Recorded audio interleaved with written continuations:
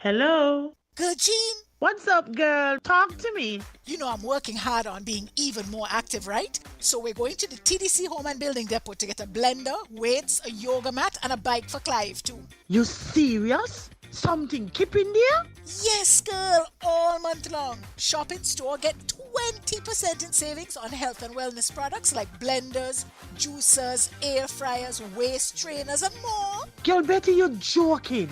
I don't have time for jokes. Get yourself sorted because in February we're staying active with TDC HBD. Yes, girl. Girl.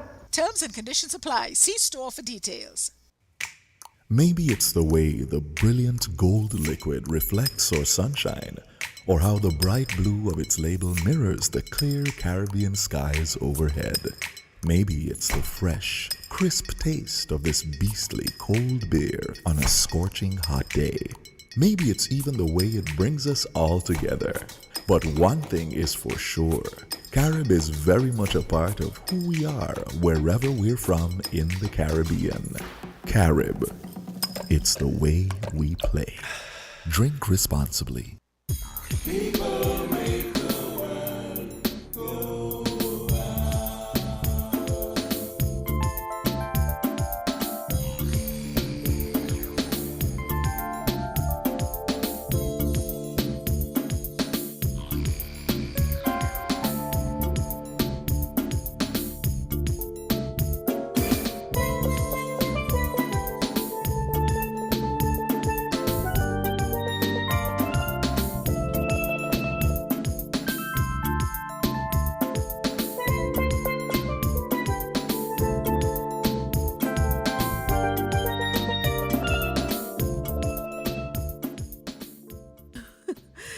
Good morning, everyone, and welcome to WINNFM 98.9 Inside the News.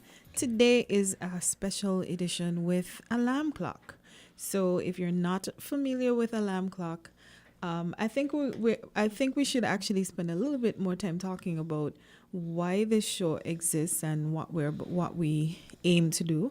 But before we get into that, we have to say Happy New Year. This is actually our first show for 2022. Last month, we were all engaged in so many other things, but we're back. And I think this year we're going to have some very interesting things in store for the listening public when they tune into Inside the News with Alarm Clock. If you are new to the show, my name is Gian Williams. And I'm joined in studio with my co-founder, Desi Brown, as well. So what really is alarm clock? If you're listening for the first time or you're listening, it feels like it's been a while and you're not quite sure, why we even do this show? What is the purpose of this show? So we realized, just as two citizens, that there are so many informational gaps when it comes to issues relating to politics and governance. It just feels like there is a group of people who know everything about politics and governance and could tell you this is wrong and this is right, and they quote things and they have the world of things to say. When meanwhile, there's this other group of people who seem to be really confused about what is even going on. And sometimes that level of ignorance is really, it leads to this level of, indifference where people think, like, that's not for me. Whenever we start talking about politics and governance, some people get frustrated and they think, like, this is not for me. That's for them other people. Not realizing that anything that has to do with politics and anything that has to do with the way the country is governed affects each and every one of us. So what we decided to do was try to produce a show that aims to fill those informational gaps so that there is not this big cloud of confusion and ignorance around things that have to do with politics and governance. So we decided we were going to do things a bit differently, where we're not here to talk about people.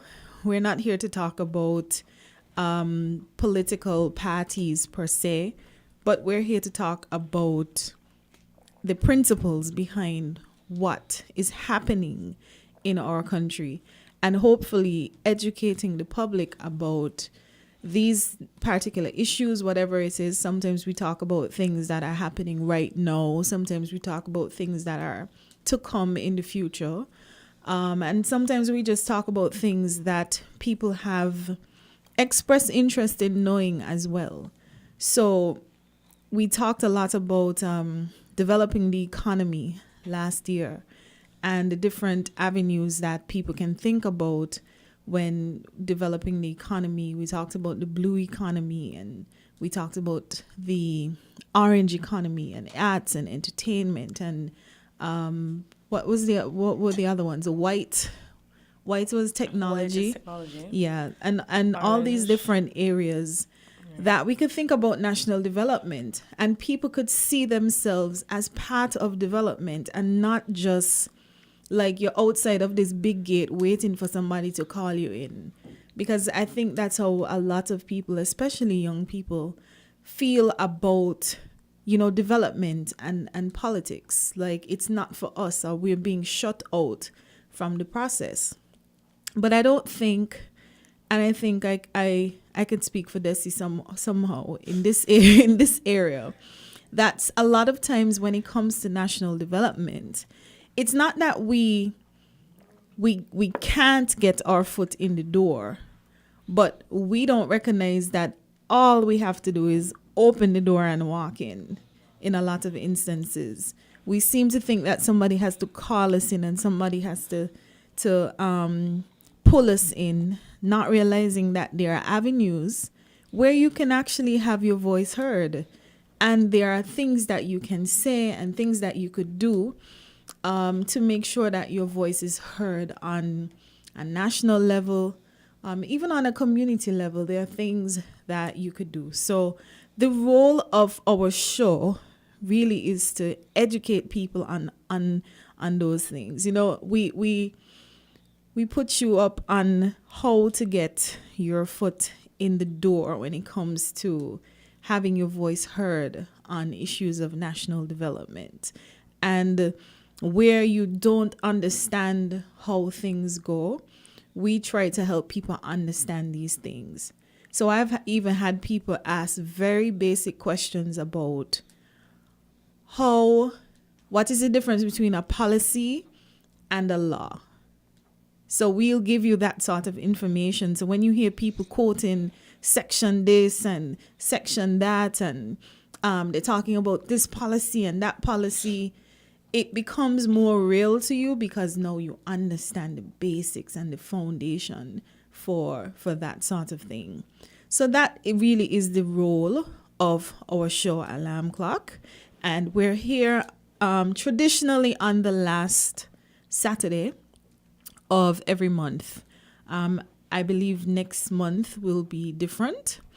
But I guess that's a conversation that we will have with Win FM, because next month is Women's Month. So, we have to find some ways to talk about women and politics and how we could get more faces in Parliament and how we can get more, female, woman-inspired thoughts into our policies and our decisions that are made on a national level. So we are looking forward to that sort of conversation. We're looking forward to really, like I said, filling the gaps of information. So even if there is a topic that you even want us to talk about, don't care how basic you think it sounds. Just, send us a Facebook message. We're on Facebook, Alarm Clock. Or, just reach out to WinFM and tell WinFM, you want them Alarm Clock girls to talk about this topic because you just don't understand what it means, and you want us to really break it down for you so that you could participate in the conversations at any level, and you don't have to feel like you're being left out for any reason or purpose. So That's like a long introduction, but I feel like it was necessary to lay the foundation for the kind of things that we plan to do this year, and also to really encourage the public to make this as interactive as possible. Today we're going to be talking about information, public information, accessing information. We've had some instances in recent times where, you see things on Facebook, leaked memos, and you find out things because somebody said something and they wasn't supposed to say it. So we're going to be talking about things like accessing information, and of course too, the role of the media. So does the media have a role to, inform us about certain things? And is investigative journalism real? Is it alive in St. Kitts and Nevis? So we're going to have that conversation. Hopefully we're going to have some views from other persons as well. And of course, it's your show too. So call us, let us know what you think. Let us know what things that you think we should be doing. When it comes to accessing public information, do you feel like you get enough information? Do you feel like it's easy to get information? And what sorts of things that you think that we need as citizens to really get us to a point where you want to know how much money is in the Social Security Fund? Like, where would you go? How would you find out that information? Or do you have to kind of call somebody and ask them to tell you, and then they tell you, but they tell you don't tell nobody kind of situation? Like, let's assess how we access public information. So that's what we're going to be talking about today, and the role of the media as well. So we could take a break here and let our sponsors get a little chance in the door. And when we come back, we're going to start talking about media and what we think the role of the media is, and assessing what you think media is like in St. Kitts and Nevis. Are you satisfied? Hopefully when we come back, you'll call and let us know. So let's take a short break here and come right back. Shopping with TDC just got much easier. Here's how. Log on to shoptdcgroup.com. Shop at your convenience at any time, from anywhere, with your smartphone, tablet, or computer. With our safe and secure payment checkout, you choose the option to pick up in-store or have your goods delivered right to your door. It's that easy. Shop tdcgroup.com, your one-stop online store.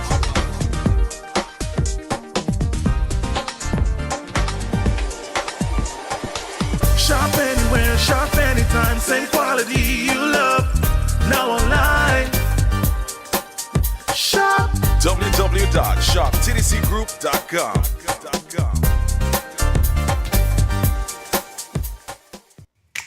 Maybe it's the way the brilliant gold liquid reflects our sunshine, or how the bright blue of its label mirrors the clear Caribbean skies overhead. Maybe it's the fresh, crisp taste of this beastly cold beer on a scorching hot day. Maybe it's even the way it brings us all together. But one thing is for sure, Carib is very much a part of who we are wherever we're from in the Caribbean. Carib, it's the way we play. Drink responsibly. People make the world go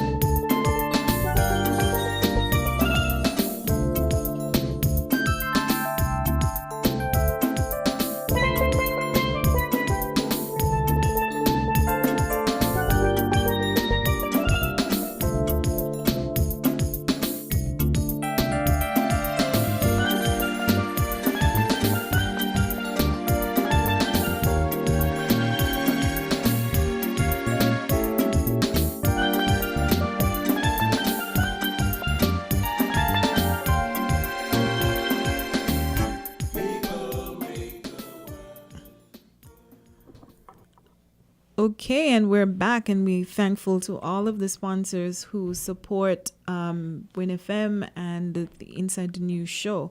We could not do it without you, literally. So we said we're going to be talking a bit about media today, and we're actually going to start off the conversation with one of our well-known media practitioners who couldn't join us in studio, but we thank you still. We have on the line Andre Huey. Andre, are you there?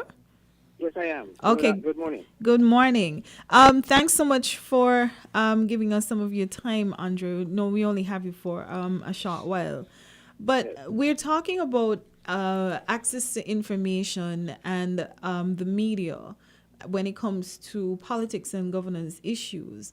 And we wanted to get from practitioners really what, in terms of your experience, how would you rate the difficulty of accessing public information for you as your role as a media practitioner?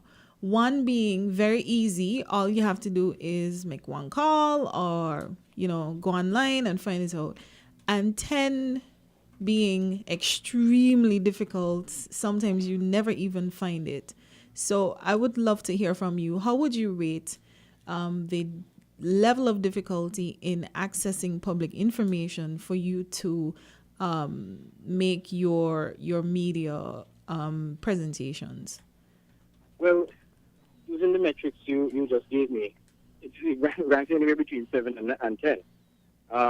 Because and again, it depends on the issues that you need to get answers on. I mean, some issues you could easily pick up the phone, call a department and get the information, but in many instances, it is like pulling teeth. So yeah, it easily ranks from 7 to 10, and it affects the ability of you to report accurately, well, not accurately, but completely and comprehensively on a story.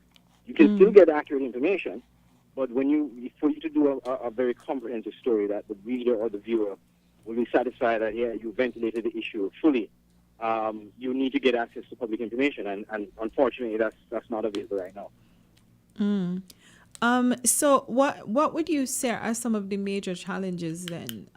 You ranked it, but I'd like to know specifically what are the challenges you face? All right, a case in point. I was working on a story recently, and I tried to reach I think it was a permanent secretary in a particular ministry in order to get the information on the issue that I was working on. And who the person was out, was probably on vacation, and there was someone else, second in command. And I tried for 2 days to get that person, and I was on the phone for a long length of time waiting, and then eventually they would transfer me, and then the call would come back, and they would transfer me, and the call would come back. And I just could not get anyone to answer a very simple question that I had on this particular story.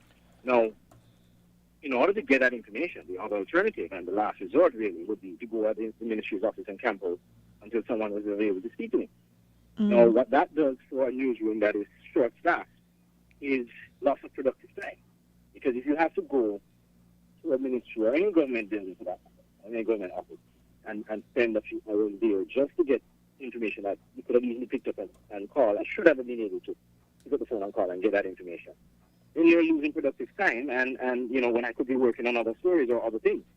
So these are some of the things, for example, and that's just one example of many, and I'm sure other media practitioners can relate to even more, even graver situations where they try to get information and have to come to do.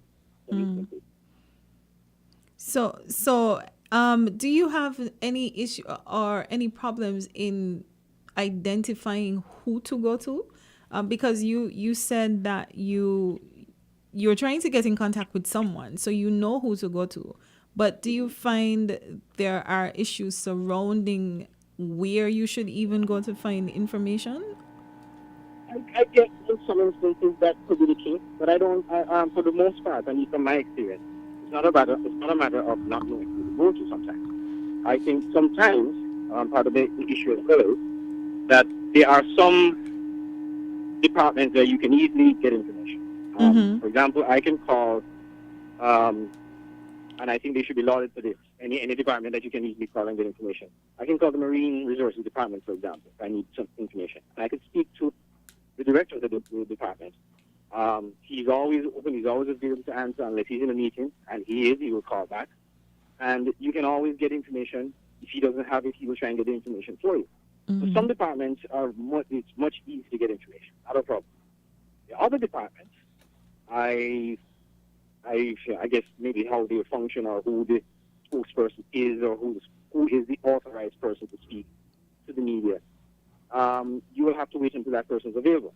And so even if the information is there, they may not be authorized to speak to the media. So in that instance, you will have to wait until the person who is available or the person who is authorized is available to speak. Honestly. So I think that is the challenge really. It's not so much that, you don't know who to speak to. Some instances might be the case, but a lot of times it's where the person who's authorized is able to give that information. There are also cases where there is information that they cannot give out. So if you wanted to get, randomly some statistics or some information, it may not be available or they're not authorized to give out that information. So that are some of the challenges that that we face when it comes to trying to get public information. And do you think the public has been understanding of these challenges, or do you think that media practitioners get too hard of criticism? Because I know one of the criticisms that people tend to give media houses around here is that you guys really don't report anything other than what the government has already said.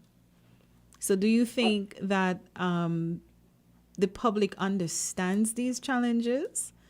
Or I'm not quite sure they do. And I understand, there are several constraints, not just, the lack of information. There are several constraints that media houses here are faced with. Access to information is just one of them. But there are resources constraints as well. That, many of the media houses, many of the newsrooms in the country are not adequately staffed, are not properly resourced. And as such, you have to work smart and with the resources you have available to get the job done. Because at the end of the day, and I just give you the example, if I had to go to a particular department just for this one story and wait 2 or 3 hours to speak to somebody to give me information to follow up on the story, I would have lost a productive day, and I still have other stories to do, and I still have a newscast to put on, etc., etc. That's just part of the challenge. So, yes, I think, for the large part, I think the public doesn't quite understand, And I'll give you a good example. Let's say, for example, parents are told you're not asking the right questions when you go to press conference. Okay? That's debatable. You could argue. I don't think it's the case that journalists are not asking the right questions, but the questions that maybe they need to ask are not being asked at the press conference. Some of the questions, and there's a reason for that too. A press conference really and truly shouldn't be more than an hour. Most government press conferences tend to run 2 hours or long, and a good portion of that 2 hours is really wrapped up in the presentation of whoever calls the press conference. So you don't really have a large window of time in terms of asking questions. You're in a controlled environment, so even if you do ask the question, you would probably need follow-ups, and it's a bit challenging sometimes to get the follow-up questions wrong, and there are other media houses there that need to ask questions as well. So there are other, nuances that you have to look at when it comes to, getting information and accessing that information. And I'll give you a case in point too. If I were to compare countries in the Caribbean that have a freedom of information, a functioning freedom of information act, legislation, there is information that they can get a lot easier. Now, they still have challenges too. There are certain issues also with their legislation that needs to be, ventilated and sorted out. But they can get information that we will be struggling to get. They can get it easily just by accessing or utilizing that legislation. At the moment, we don't have that. I know the government said that it is still being worked on, but in the interim, we are faced with the challenge of accessing information when our colleagues in other countries, right here in the region, can do that easily. And I think that's one of those issues that I think media houses really have to stand at vanguard for when it comes to advocating for the implementation of the Freedom of Information Act, because it's there, it's now on the books, but it's just not operationalized. And Is there an active media association here? Well, we're currently, and for the last few months actually, and I'm part of the committee, we're actually activating or reactivating the media association. So we're actually in the latter stages of that. So in a few, not too long from now, we should be hearing more about that. Okay. Good. Well, we hope to hear more things about the association and really applying that sort of lobbying pressure to get that sort of that piece of legislation operationalized so that you can access it. But I must add this though, and not to cut you, but even though the association here is not active yet or is in the process of being rebooted, we have been, and I know personally I've been also interfacing with the Association of Caribbean Media Workers, and they have been offering support to media associations and media houses across the region that do not have Freedom of Information Act. So to have that, to help to bring awareness to that and to, let the powers that be understand the importance of that. So I know they've been very active in that. Okay. Well, it sounds like there's work going on, and I think it's really good for the public to hear the challenges that media practitioners face as well, because, like you said, you guys get a lot of criticisms, especially about asking the right questions and the wrong questions. Like, oh, you had the man right there. Why you never ask him about this, and why you never ask him about that? So it's good to hear why what's the rationale behind sometimes why those issues are not addressed. Well, and let me just add this as well. And yes, I believe some of the criticisms are fair. I'm not going to say here that the media is all right and the public is wrong. I do believe that some of the criticisms of the media is a fair criticism or fair criticism. However, there's another aspect of it too that we don't always hear about, and that is civil society. In other countries across the Caribbean and even in the United States, when certain information is made public or certain stories are done, civil society, acts as the vanguard of that information, and they act upon that information. But if that information comes to light and no one does anything about it, and it's just a handful of people who seem to be agitated by certain things that come to the public or comes via the media, then it almost defeats the purpose of the kind of work that journalists do in the first place. I mean, we as journalists, we're still going to do it. We're still going to, be the vanguards of truth and integrity and all of that. But at the end of the day, if people are not acting upon the information they receive, then, what's the point? At the end of the day, we've seen instances where things come to the fore and only a few people speak out. And if you go to other countries, certain things come to the fore and this organization speaks out and that organization speaks out, and before you know it, the country is in an uproar, and then certain changes are enacted as a result of journalism and people acting on that information. But again, it is not just in other words, it can't be left up to just the journalists. It requires an active civil society as well to demand certain changes and for those changes to be enacted.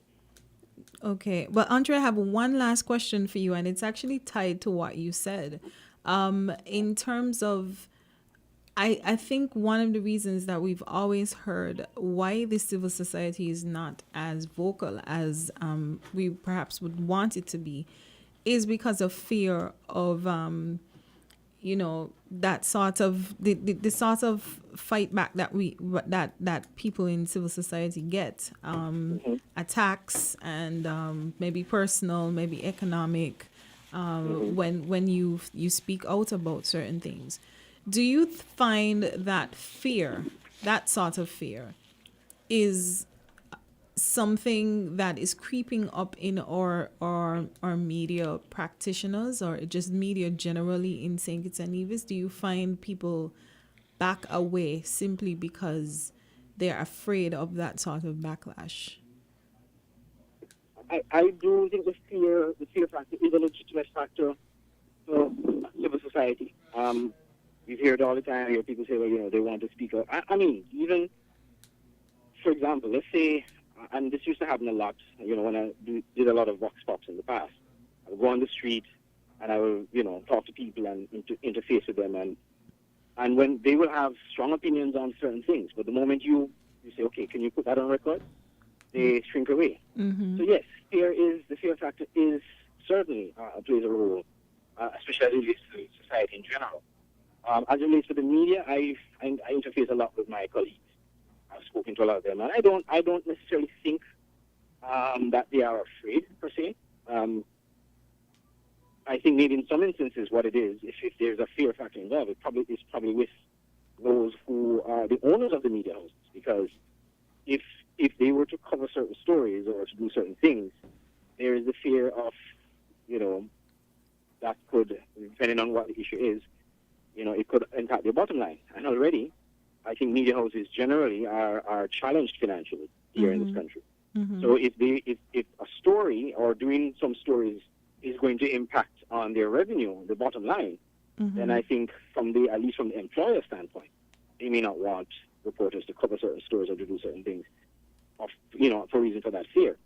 So maybe from that standpoint, that's an issue. But again, I'm not sure. And again, just talking to my colleagues in the various media houses, I don't think there's any fear necessarily amongst them about what's going to happen to them or if they cover a story. But I don't get that feeling from them. Okay. Maybe it's probably more internal than anything else. Okay, so the challenges are actually more internal, and then when you talk about external challenges, we start talking about the access to information that media practitioners are actually willing to report, but perhaps don't have the resources to access them as accurately and as comprehensively as you would like. Right. Okay. And I should also make the point too that when it comes to even the work that we do as journalists, it's not only going to a press conference and asking questions. It's not only reporting on what the government says or the opposition for that matter. It's about doing stories that I think are very important stories, and they don't get enough coverage or they don't get enough mileage, so to speak. No, but it's not bacchanal. Human interest story that you do. In the past, I've done a lot of stories related to social issues in the country. People in rural parts of the country who are lack basic certain amenities or struggling to get certain things done. Doing stories that can impact the lives of those people. Maybe when those stories are published, that the authorities will put certain things in place to ensure that those persons are served. People who are along the social safety net. Those kind of stories. We report those stories too. Maybe not as much as I would like to see or as we probably should. But those stories are just as equally important, maybe even more important in some instances. And I think a lot of times people tend to focus on the quote-unquote big ticket or the sexy stories, so to speak. So if it's not politics, it doesn't get a lot of traction. But if it's a human interest story, people might just skip over it. But those stories are also important too, and those are the things that we do. So if there's never, a press conference is never called by the government or anyone for that matter. So that we don't have any stories to report on. There are so many issues out there to talk about other than politics and other than the things that people consider the big ticket items. So true. That's so true. Well, thanks so much, Andre. I think you've really added some dimension to the conversation, and for us to really hear from the horse's mouth when it comes to media. What are the challenges? Why you guys operate the way you do, and how you wish you could operate if there were different opportunities and resources available to you.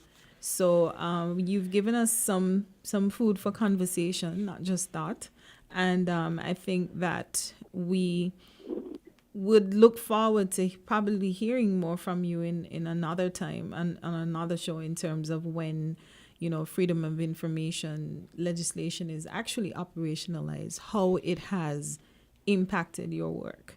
So certainly. I'm happy I had the opportunity to share, and yes, I'm looking forward to future opportunities. Great. Well, thanks so much for joining, and all the best in chasing your stories.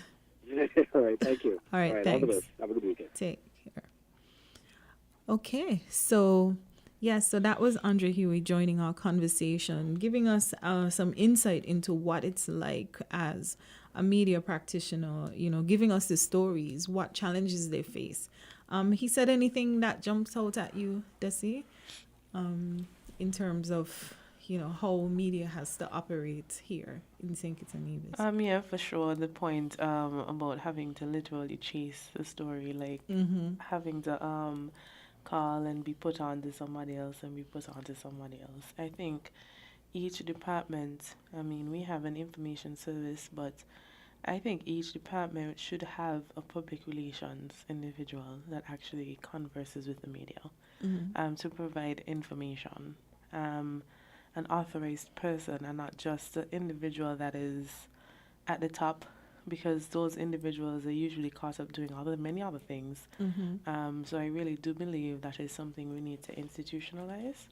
For sure, it is a thing that happens almost all across the world, where you get an individual that represents each area. So that for me, I see there an opportunity for us to provide more opportunities, especially in an area of an era of information, because people do want to know things. People do want to know what's happening around us. That for sure is one of the things. I think the other point is when he spoke about the person shying away from going on record. I know a lot of people, we talk about how politically polarized our space can be, and there's a fear of individuals speaking up because there is, that fear of being, what do we want to say? Do I want to use that word, victimized? Reprisal kind of thing. Yeah. Well, that sounds very strong, but for lack of a better the word. backlash. Not by politicians per se only, but by other persons in other positions surrounding them.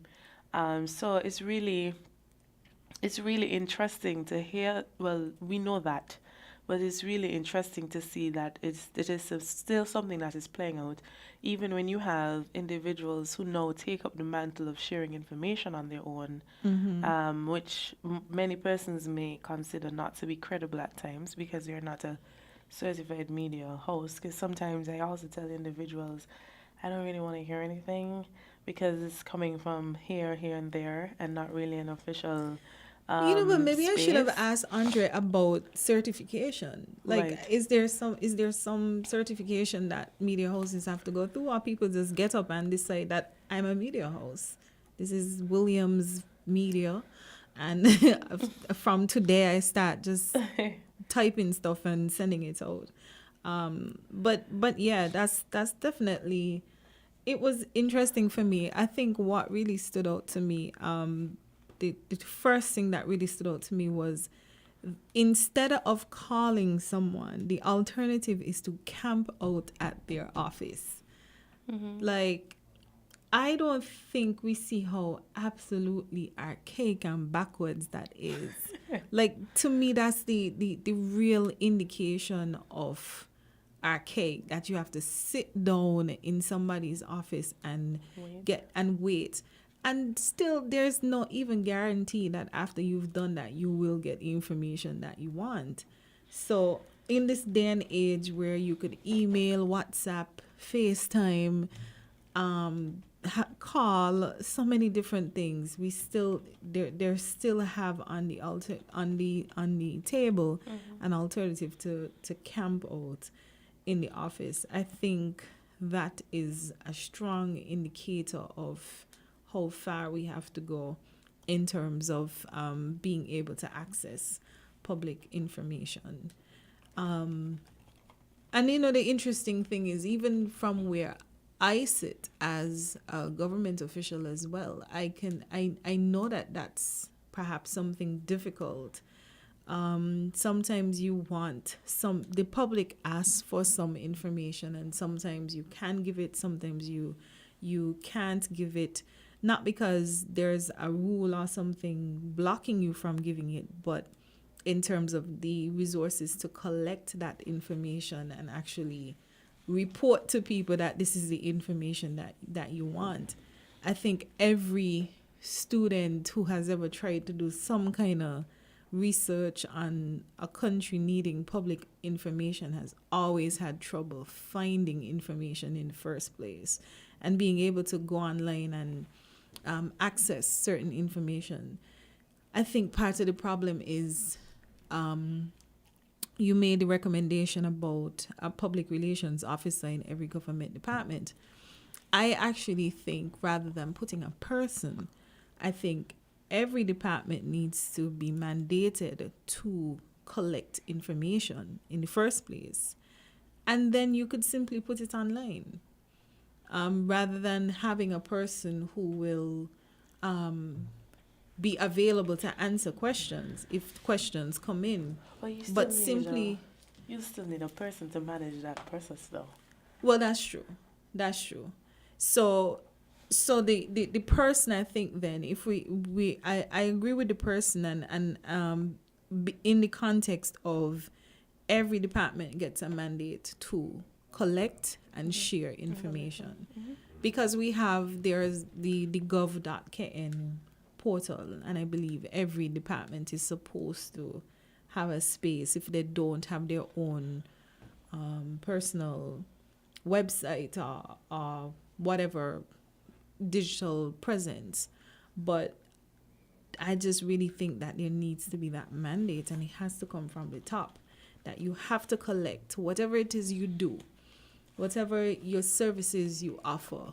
You need to be able to say who has accessed this information, how many times did they come, what reason did they come for, were they satisfied, is there any other way that we could offer this information or alter our services or anything like that. And I think that's where a lot of that starts.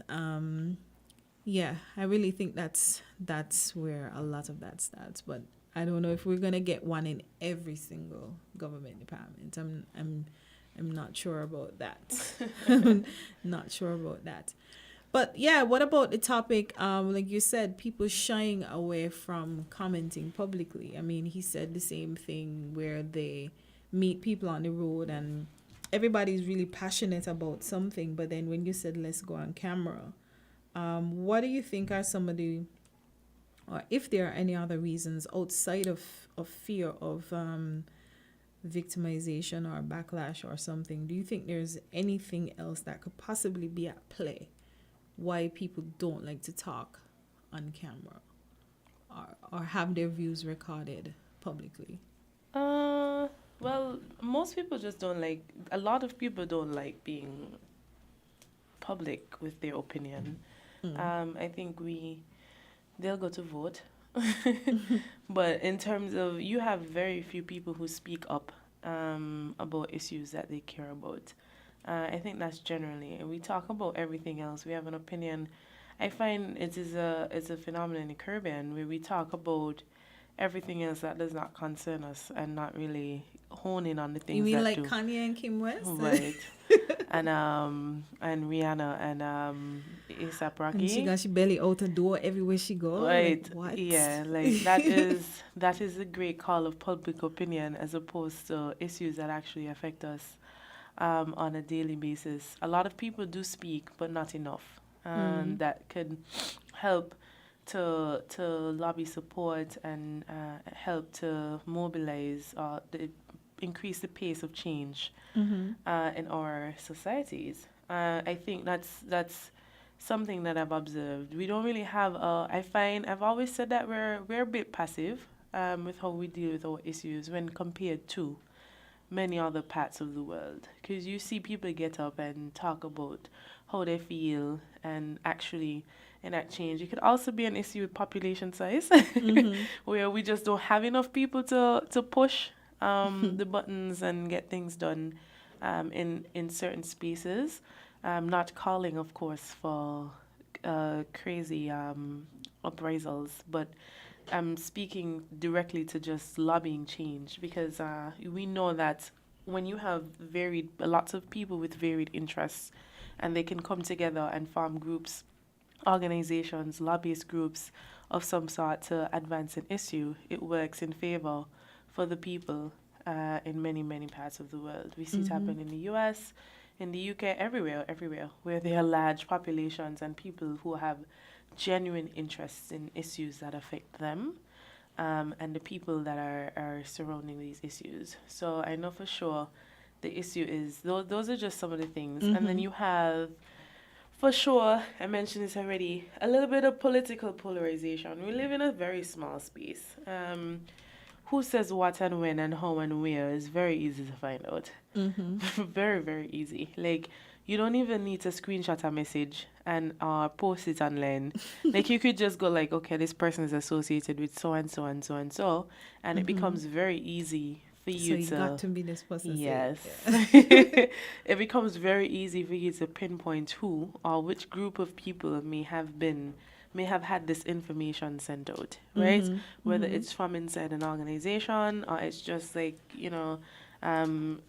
regular citizens standing on the side of the street having a conversation. It's really easy to see, and based on the quality of the information that you get, you can tell.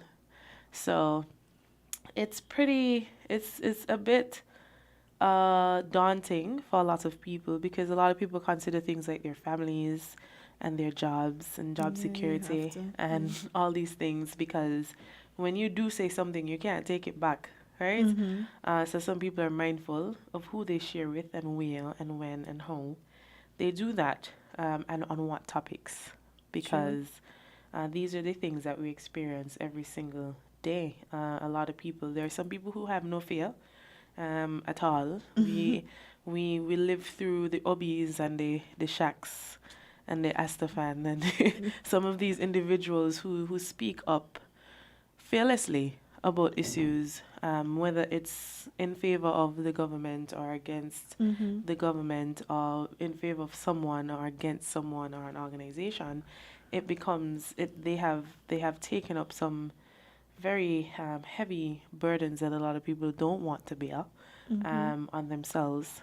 I don't know if it is maybe because, they probably are private citizens now, they work for themselves, or they just feel like they're obligated to do it, considering the issues that the criticisms that the media may get, not asking the hard questions, not following the hard stories. And I could kind of agree with Andre when he mentioned there is more to reporting and news than the hot topic stories.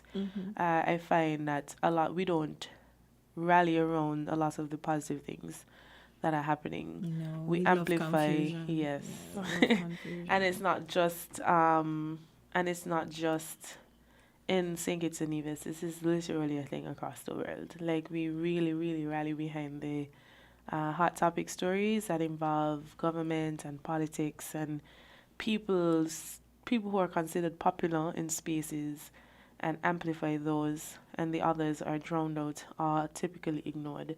I could speak from a perspective of being in organizations that send out news articles that never get reported ever or covered, on things that are being done, on things that need to be done, and so forth. So I know that is a challenge, and I also see that media houses also sometimes play into that. They then prefer to cover the stories that's going to get them the views and the hits online and so forth, so that they could, advance their positions as powerful or influential, because that's what the media is supposed to be. Well, I think there still needs to be some kind of balance, though. But I guess everybody, we're all different, and we all want different things. Some of us are reading every single thing we could see and hear about Russia and Ukraine, while some people are just still really loving Kim and Kanye. So having to find that balance where everybody comes to your website or your station or whatever it is, I think that's a challenge that the media houses have to face. But it's 3 minutes before the hour of 12, and if you have joined Inside the News, you know, of course, that we take a break at 12 for the midday news. And When we come back, of course, we're going to continue this conversation about the media and access to information. And we really want to hear from the public. We really want to hear from you. Do you see? We're giving you the access to call and give us your views and let us know your own thoughts. Like, why are people scared? Or do you think media ask the right questions? Do you think that there needs to be some other avenue that people can ask questions?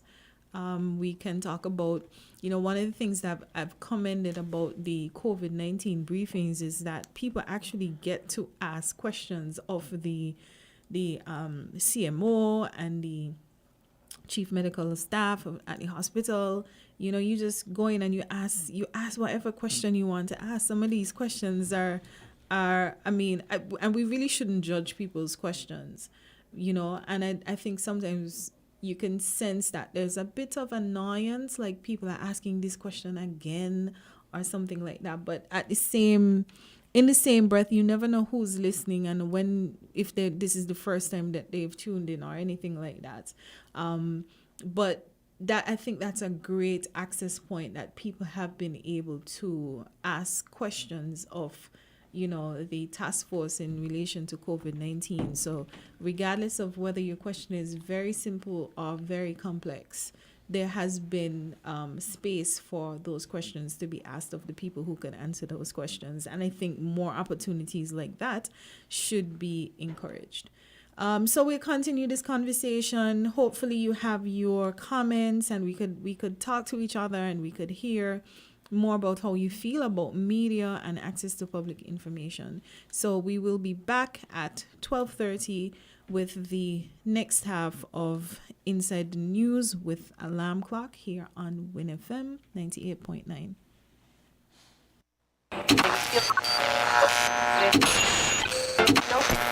You found the sound. 98.9.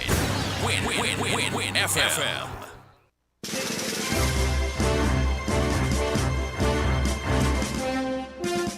We now bring you the headline news. The headline news is brought to you by Caribbean Alliance, The Grange, KDP Enterprises, Carib Brewery, and National Bank.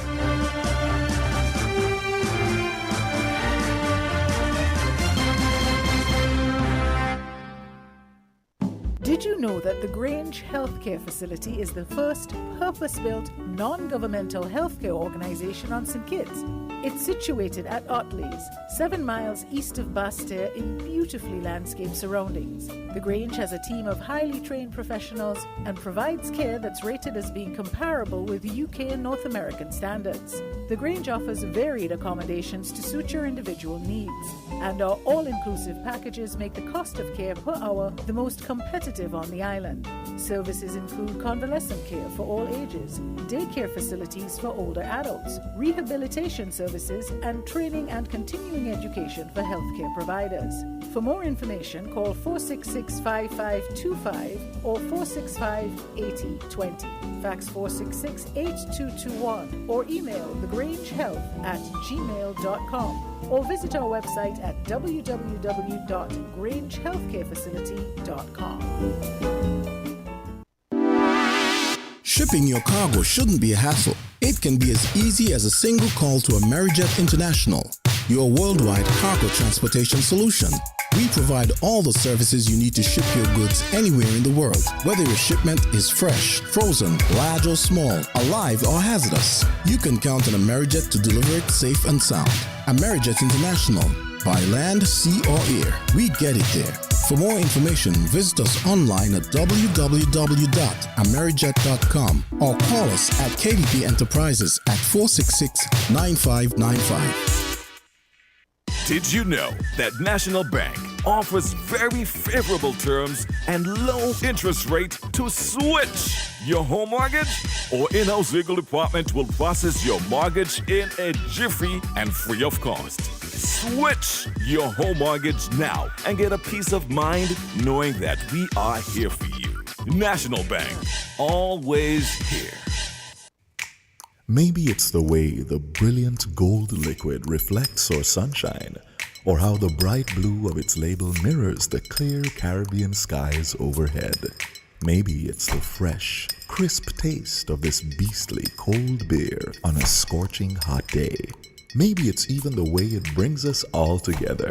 But one thing is for sure, Carib is very much a part of who we are wherever we're from in the Caribbean.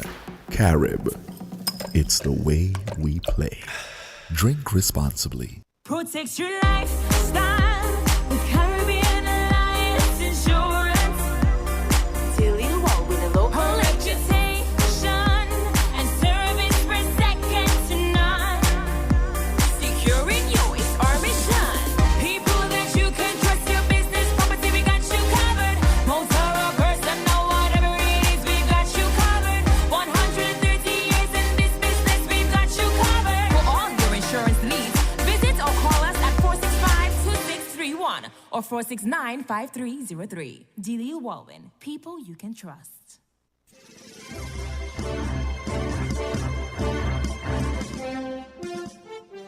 With the Win Headline News, I am Kevon Brown. I am Yolanda Weeks. And I am Devon Cornelius. Making the headlines, Premier Brantley laments CBI share distribution. St. Kitts Nevis Chamber of Industry and Commerce welcomes new president and board of directors. The search is on for Kimberly Fleming of the Cove, West End, Anguilla. Internationally, the Polish government says 100,000 people have crossed the border into Poland from Ukraine since Russia's invasion began on Thursday. Now, the details.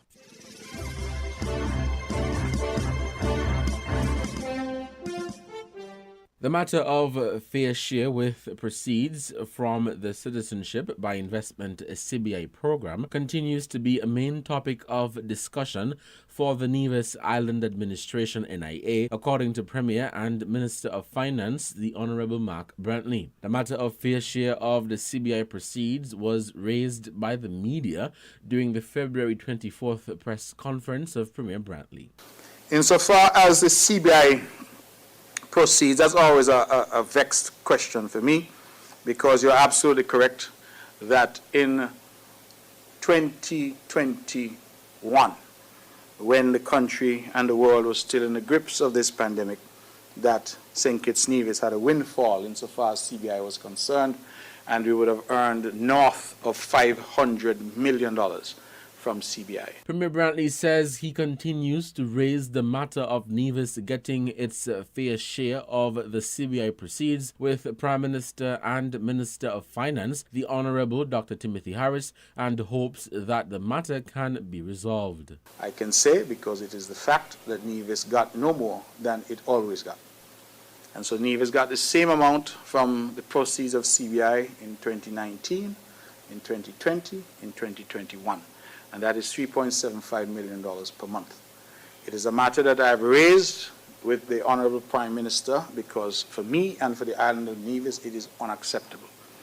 And I've raised that, and I've said that this cannot be how the country is going to function going forward. The CBI program in St. Kitts and Nevis was launched in 1984 and grants citizenship and a passport through donation or real estate investment to qualified applicants. And so my position is, there's a lot of chatter about how much Nevis is getting, and I keep saying that is not the correct question. The correct question is not how much Nevis is getting. The correct question is, does what Nevis get represent a fair allocation of this national resource, which is a CBI industry and the proceeds from CBI. And I'm very firm about that.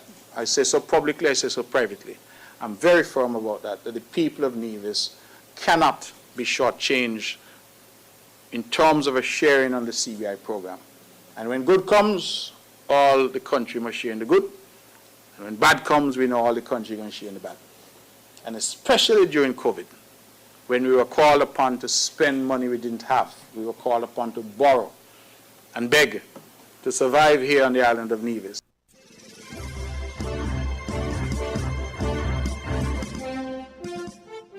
Mr. Michael Davis is the new president of the St. Kitts and Nevis Chamber of Industry and Commerce, succeeding Mrs. Giselle Matthews, who served a 2-year term, 2020 to 2022, as president during the peak of the COVID-19 pandemic. The new president took his post at the annual general meeting for the St. Kitts and Nevis Chamber of Industry and Commerce held on Thursday, February 24th, 2022, with a new board of 12 individuals within the business community. Mrs. Matthews served her tenure during a trying time for local businesses during the pandemic, which affected the local spending and the spending from tourism as that sector suffered significant setbacks. Outgoing President Mrs. Matthews explained some of the Chamber's efforts in helping the economy adjust during her tenure as president. Evidence of our advocacy was our collaboration with the government of St. Kitts and Nevis via the SKN Liaison Committee being launched to reopen the stayover passengers and the cruise industry. The provision of business support systems, entrepreneurship, and advisory services to our MSMEs directly and indirectly through our development partners and embassies. Our recent engagement with the Ministry of Agriculture and the Ministry of International Trade, Industry, Commerce, and Consumer Affairs and Labor on the Supply Chain Working Group to mitigate the impacts of the global supply chain challenges, bottlenecks on the food supplies, and price on consumer goods to bring some relief to households. This work is obviously ongoing. Mr. Davis hopes to continue the work the Chamber has been doing to better secure the future of local businesses, with some emphasis on Nevis. The hope is that we continue to see the light at the end of the tunnel, and all things being equal, that we continue to see some improvement in the economic environment. And much of what we are doing as a chamber is to see how best we can provide the level of service to our members to assist in their growth, in their respective growth. So one of the first initiatives that we have looked at is the expansion of the services that we're offering to the Nevis business community by the opening of the business center. And that is significantly geared towards assisting in the growth and stimulation of our SME businesses. Said Davis. Part of their efforts going forward is having a more hands-on approach to consultation for effective and efficient business practices to help the local economy improve and evolve. Much persons need those that help at this point in time to ensure that they can build within their businesses the level of resilience needed by ensuring that they have solid business advice, solid accounting practices to assist them in building the resolve needed to ensure that they stay afloat. Mrs. Matthews said the ongoing work also continues in expanding the capabilities of local businesses, especially those in the agriculture sector, focusing on training in the manufacturing of byproducts.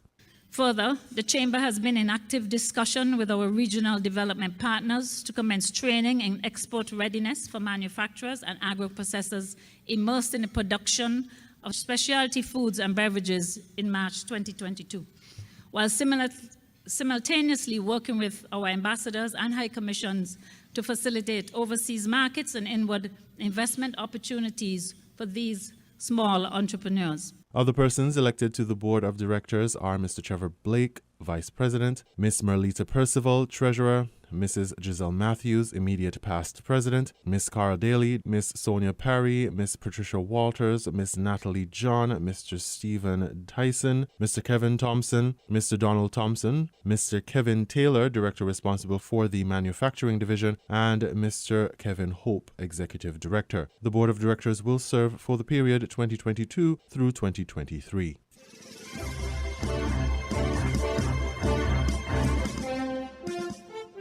In regional news, the Royal Anguilla Police Force is currently searching for 37-year-old Kimberly Fleming of the Cove, West End, Anguilla. She was last seen leaving her home at 9 p.m. on Sunday, February 20, 2022. To date, she has not been seen or heard from. The matter was reported to the Valley Police Station on Tuesday, February 22, 2022. Considering the length of time that Fleming has been missing, Commissioner David Lynch declared the matter a critical incident, which is being treated very seriously. Superintendent Haslin Patterson of the Royal Anguilla Police Force, who is also the senior investigating officer in this matter, authorized the deployment of all available resources to assist with the search for the woman. Search teams were launched and search continues to be conducted in and around the Cove, West End and South Hill areas. The search teams comprise members of the Royal Anguilla Police Force, members from the Anguilla Fire and Rescue Department, a canine unit from St. Marta, members of the Surrealist International of Anguilla, Anguilla Red Cross, and volunteers from around the island. The search efforts are being supported by a search aircraft and a motor vessel. According to the police, they have received and investigated several lines of inquiry in relation to the matter and at this stage consider the risk to the missing woman as high. The police also informed that the family of Kimberly Fleming were assigned a family liaison officer who is responsible for supporting and updating the family on the progress of the investigation. Her Excellency the Governor of Anguilla, Delini Daniel Silveratnam, is constantly being briefed on the status of the investigation as well. Police continue their appeal to members of the Anguillan public to come forward with any information they might have and express gratitude to members of the public who have volunteered or have given assistance thus far with the search for Kimberly Fleming. The search for the woman continues and others are invited to join.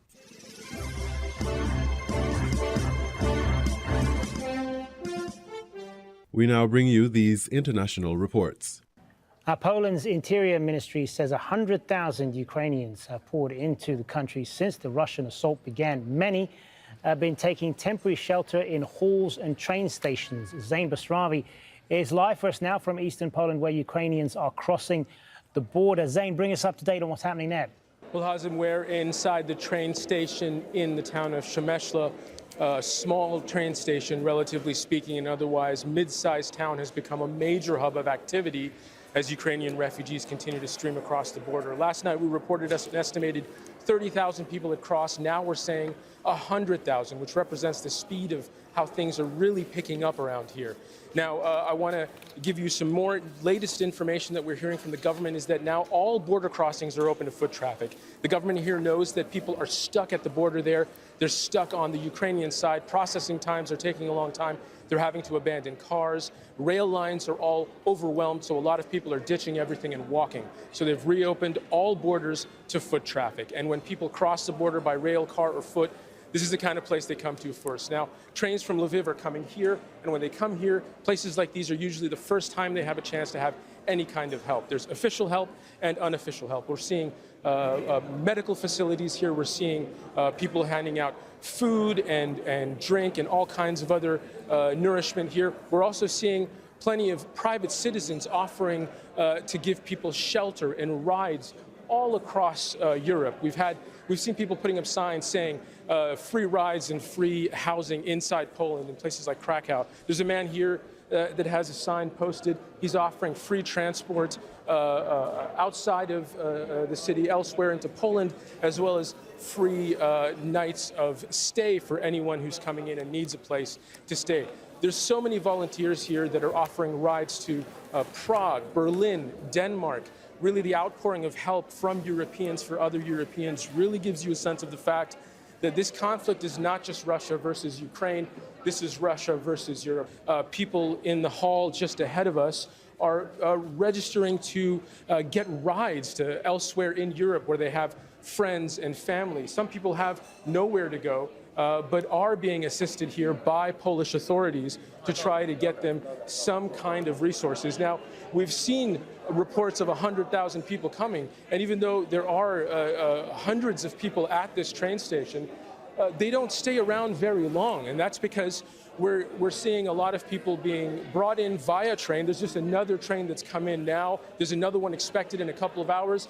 They don't stay here very long. They're being moved out elsewhere into Poland, elsewhere into Europe by volunteers as well as official Polish government agencies and NGOs, and that's all part of the help that Ukrainians are receiving. We've met with several people here. They're frustrated, they're tired, they're scared. One of the stories we heard from a group of young women with children is that they had to leave their husbands behind at the border, and they were very aware of the fact that this might be the last time that they're saying farewell to their husbands. Men of a certain age, men between 18 and 60, are not being allowed to cross over. They're being conscripted into the Ukrainian armed forces in an effort to continue to push back against the Russian invasion. But the fact of the matter is that many of the people we've spoken to here say that the fall of Kiev is a foregone conclusion. It's only a matter of time. And after Kiev, they think large cities like Lviv, where trains come in from to this train station, they think those places are just next on the list for cities that are likely to fall in this invasion of Ukraine by Russia. Zain, thanks very much. Zain Basravi reporting to us there from a train station in eastern Poland where so many Ukrainians have been arriving.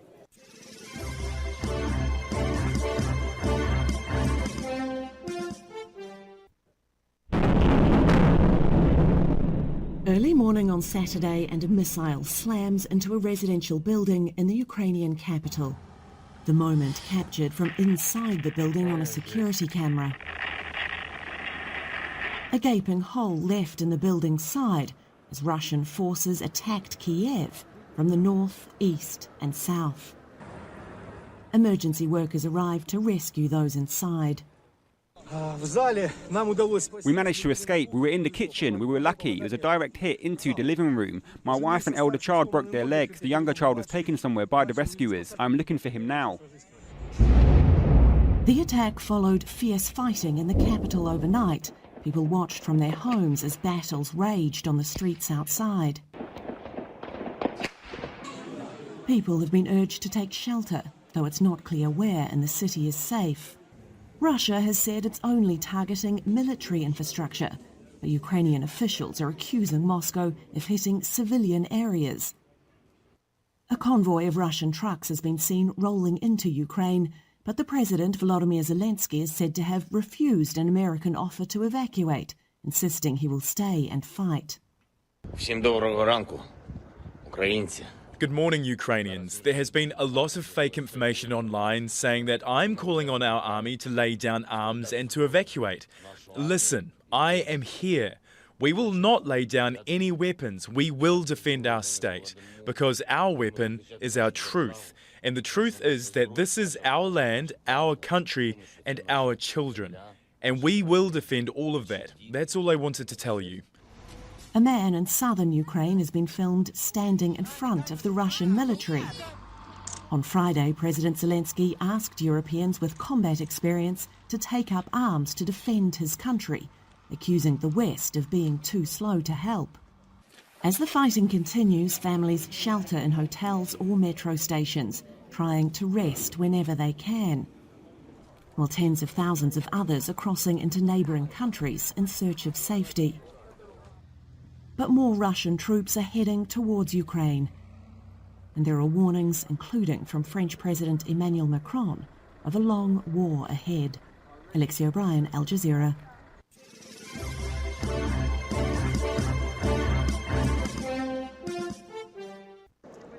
The Conservative Political Action Conference is one part political carnival, America, one part serious policy discussion. And with Russia now invading Ukraine, U.S. policy on that conflict took center stage. No matter where you stand on this Ukraine-Russia situation, what we should have done beforehand, what we should do now, the one thing I think everyone can agree upon is that the people of Ukraine are inspiring to the world. For many Republicans, it's also a chance to bash President Joe Biden. Mike Pompeo, the Republican Secretary of State under President Donald Trump, said his old boss would have handled it better. How did we prevail? It was peace through strength. It was Reagan's model. It was the model that we used for 4 years in the Trump administration. We put America first, and we told people around the world, you cannot tread on us. The former president's impeachment over charges he withheld nearly $400 million in military aid to Ukraine was not mentioned. Since 1974, the Conservative Political Action Conference has been home to die-hard conservatives, mostly foreign policy hawks. That changed under President Donald Trump, who had a more non-interventionist policy and a notoriously close relationship with Vladimir Putin. That's why a lot of people here say the invasion of Ukraine would not have happened under Trump. I think that it would have been different because he had a better understanding of how to communicate with Putin and let him understand that we as the United States are the world's leading power and that we would not accept such bad actors. But you'd prefer to have President Trump dealing with this? Yes, 100,000%, because it's leadership. Trump won't be here to put his own spin on it until late Saturday. But reminders of the 45th president are everywhere here, where, in the minds of many attendees, he is still president. John Hendren, Al Jazeera, Orlando, Florida.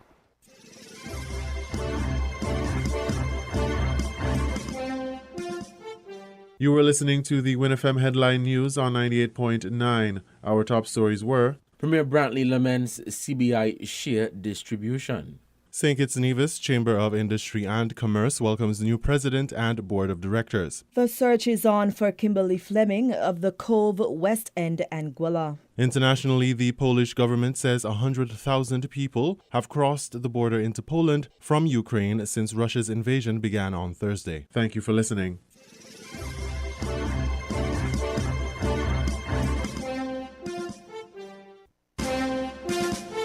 That was the WINNFM Headline News. The Headline News is brought to you by Caribbean Alliance, The Grange, KDP Enterprises, Carib Brewery, and National Bank.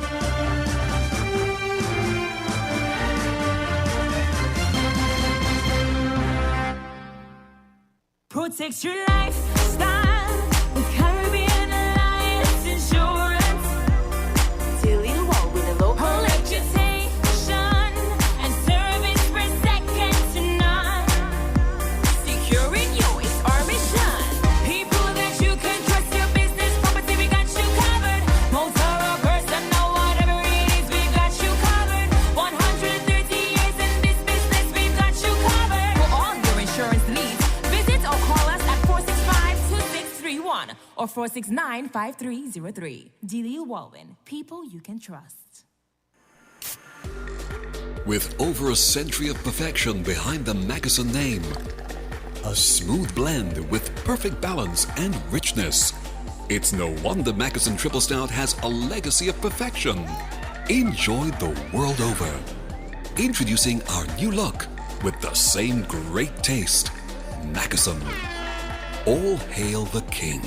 Please drink responsibly.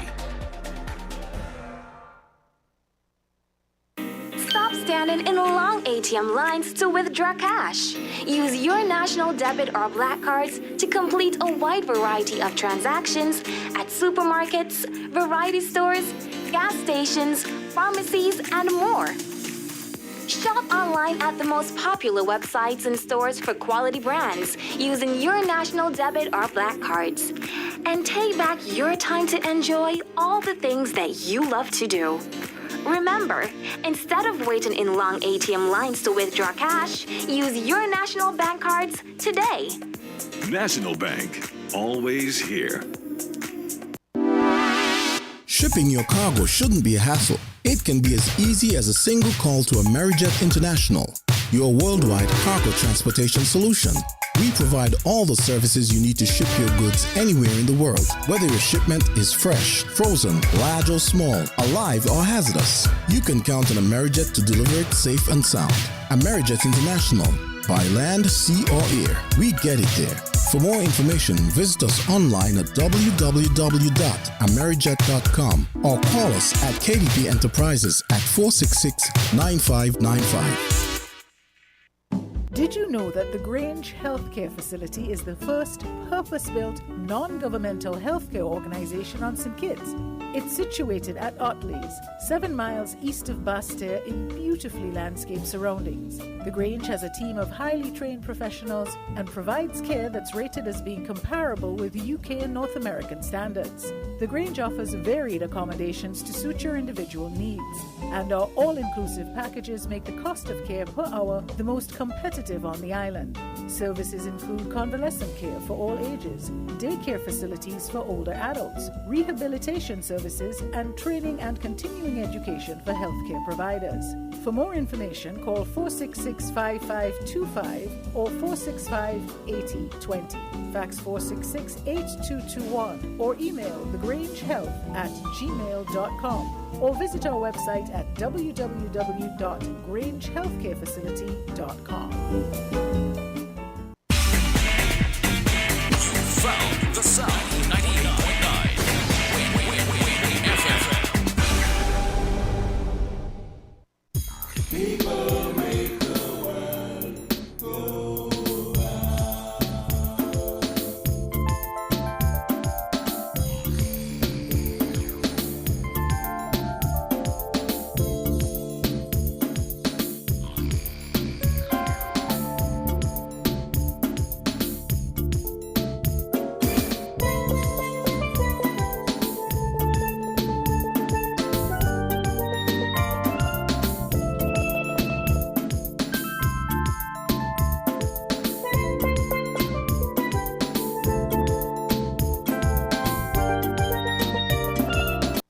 TDC Financial Services.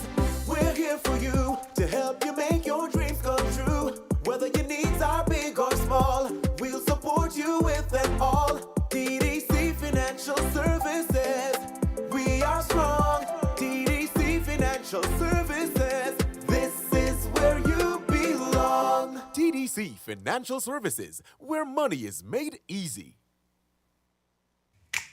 Maybe it's the way the brilliant gold liquid reflects our sunshine, or how the bright blue of its label mirrors the clear Caribbean skies overhead. Maybe it's the fresh, crisp taste of this beastly cold beer on a scorching hot day. Maybe it's even the way it brings us all together. But one thing is for sure, Carib is very much a part of who we are wherever we're from in the Caribbean. Carib. It's the way we play. Drink responsibly. People make the world go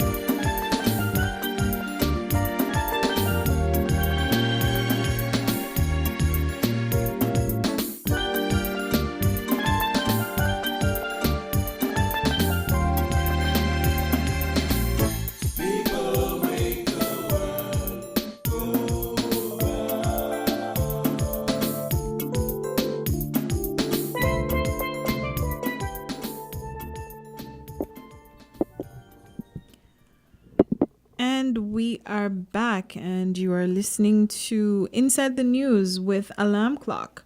Your co-hosts today, Gian Williams and Desi Brown. And earlier, well, in the first hour, we were talking about the media and access to information. And we had a short conversation with Andre Huey, who is a journalist, and he was sharing with us some of the challenges that media practitioners face in St. Kitts and Nevis. Why is it so difficult or so easy sometimes to get information when it comes to public information? And generally some of the things that he thought should be implemented to address that situation. And he spoke a bit about the Freedom of Information legislation. And maybe if we have some time, we could go into that a little bit today. So we're going to use the second half of the show to really delve more into the topic and talk about, yes, access to public information. Why is it necessary? the public reaction to public information, and the media generally. Like, what are your thoughts about the media? Do you think there should be some level of certification, or are you happy with the fact, or you don't mind the fact that, you know, somebody could just get up and start reporting on an issue? What do you think needs to happen? What sort of media do you look to for your own news? Today, the second hour is really intended to be more conversational, where you call and you let us know what you think about media, what you think about public information, and do you find the kind of information that you ask. During the break, we were talking, and I asked, I wonder how many people are actually employed in the government service, because traditionally there was a rule that civil servants are not supposed to speak publicly about issues that pertain to the government. And with the Leon Nasser case, that was some years ago, that was found to be improper. So I don't think there's anything been done to replace that or to refine that rule that prevents civil servants from speaking publicly on issues. Of course, you have to be respectful to your employer. That is my personal opinion. But I think, Desi, I think one of the problems that we have is that people tend to think that anything other than a compliment is an insult. Yeah. I couldn't agree more. I think we've mentioned that multiple times on the show. When we talk about issues of politics and governance, most times people hear constructive criticism as a insult or a way to attack, or opportunity to attack somebody, or position them, put them, how do you say, in allegiance with somebody you may never have allegiance with. Because I think both of us have been placed on sides. We have never come out to say, like, how did you decipher that information from my input on discussions of national development, when in fact I've recently had this discussion as well. Most of the things we talk about are systematic issues that happened before the time of the current government, and maybe the one before that, are created as a culmination of both actions, some actions, not just nobody trying to address certain issues and that kind of thing. We've spoken at length on these things before, and we find a lot of people are insulted. A lot of people are, because when you take a position and you think that everything is all well, you say something that's, some people are taken aback, like, what is she saying? Yeah. Who is she for? Who is she speaking up against? I thought she was Yes, correct. When in fact, I mean, constructive criticism, because we don't come on here to blame people for things, individuals for things. It's always funny that those people never pay attention to when we say glowing things. Yes. Like, those things never exactly, they never surface. That's true. Yeah, they never That's surface. Because we do give our commendations where it's due. Yeah. But that's the name. I guess that's why people don't speak either. People understand the nature of others and the way in which we choose to what we hear. And I could use this example of, what's his name? I was looking at Pastor T.D. Jakes and his daughter Sarah the other day, speaking in terms of how men and women speak differently.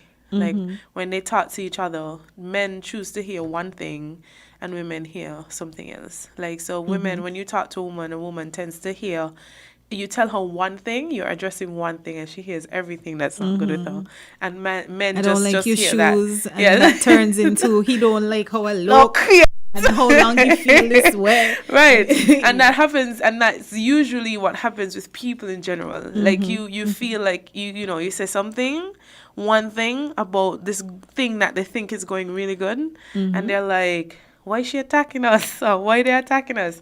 But yeah, I mean, people know what the nature of people are. So the desire to step up and speak up about issues, which I hope that our show has been able to help and shape the way in which we have conversations, because we can agree and we can disagree with the way things are going based on the positions that we're in, because some people experience things differently. Right? And we also, I think one of the things that hopefully people realize that we're still here even though we get criticized, because that's something I find why people don't speak out about issues, because they don't want to be criticized, or they don't know how to handle criticism from people. But I think that's one of the things that we need to teach children from very young. You are going to be criticized, and you're going to be pigeonholed and stereotyped and all these different things, but you cannot allow that to take you from your purpose and your passion, because there's somebody probably listening to some show we had or something that we've done and feels a bit more educated or enlightened because of it. So we can't really get turned off by the stereotypes and all these different things. We know everybody. People listen with whatever filters they want to listen with. So it's important, and that's a message that we really want to send to people as well when it talks about speaking up. Because the people who have good things to say never worry about speaking up. Right. They say whatever they want to say, and the opposite of good when it comes to comments or contributions you have to make in terms of politics. The opposite of good is not bad.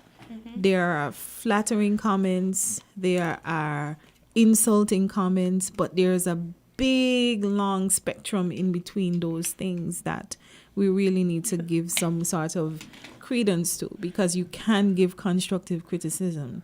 You can simply say, I don't like this.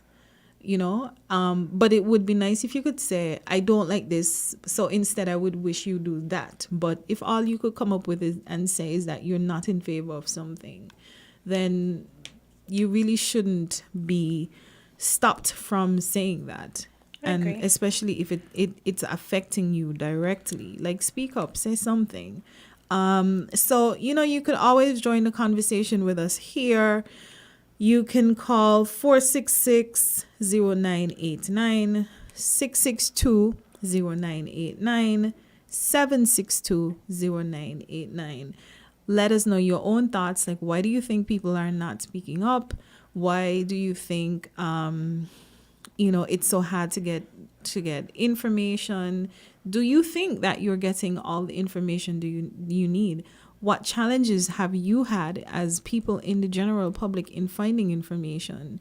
I was assisting a young lady with an assignment for UE this week, and it's just generally the same problem, like trying to find out what are policies in relation to certain issues, and you have some people have no idea where to start. And even when you just do a basic Google search, it's so amazing to see, like, you might see reports from so many other countries, but then you just can't find one for here. Yeah, that has been, I think that's one of the struggles. I think the OECS has been trying as much as possible to address that issue within our sub-region, especially understanding that we have a drought of data. Because we definitely, it's so hard, it's so difficult to find information. And like, I was just trying to do some searching as well myself, and finding it difficult to search a 100-page report to find the heading of the report is what I'm looking for, the data is what I'm looking for, but it's buried in there somewhere to find that information. When I feel like, we need to explore other areas of publication and so forth to be able to, because there is a lot of research that's done in the Caribbean region and Latin America, especially, probably more so in Latin America than in the Caribbean. A lot of people delve more when you see a Caribbean and Latin American report, you really get more of the Latin American side for sure. of it than you do get the Caribbean. But yeah, there is a drought of data. There are institutions in the region that try to do research. There is like multiple sources of funding for research stuff to be done around the world. Like I mentioned, OECS is trying to. That's the Organization of Eastern Caribbean States. The office has been really trying to address that issue over the past couple of years. But yeah, I also want to play devil's advocate. You have a call? We have a caller. Okay, great. Hi, good afternoon, caller. Good afternoon. Good afternoon. Well, I was out and partly listening, but I'm now back home. Mm-hmm. And I appreciate some of what you're saying, eh? But the truth is, our people do not want to put in the work. You know, the information is there. People don't know where to look, and even when you direct them, they want somebody to hand it to them. I think people in the media need training in data, data analysis. Put it that way. Because wanting to get the data, and what do you do with it? And how do you deal with it? Now, there is the statistics department at Blaine. And if you want to get a copy of the publications, some of them I learned because I retired in 2003, 2004. But if you went up there and spoke to the statistician, Carlton Phipps, you would direct it to the person. I learned that they were doing it online, and then I heard that it needed updating, so we're talking to them too. Because part of the problem is persons willing to work in the statistics department, in the production. The ECCB has been trying, in all the countries, because sometimes the turnover is fast. So that creates a problem. But a lot of data is available, even the estimates. I hear people are making statements about the estimates. Somebody should give them an opportunity, teach them how to analyze it. I mean, you come to the capital account. You hear people saying, oh, they spent 41 million on the piece, and how do you read it? You understand what I'm saying? Yeah, understand, yeah. To me, they lack training. They need training in data analysis. So that's media practitioners, but what advice, or in your opinion, how the can people themselves, I don't understand them. They don't like information, because I can tell you, when I was working there for over 18 years, only the students used to come, and they only came when they had SBA.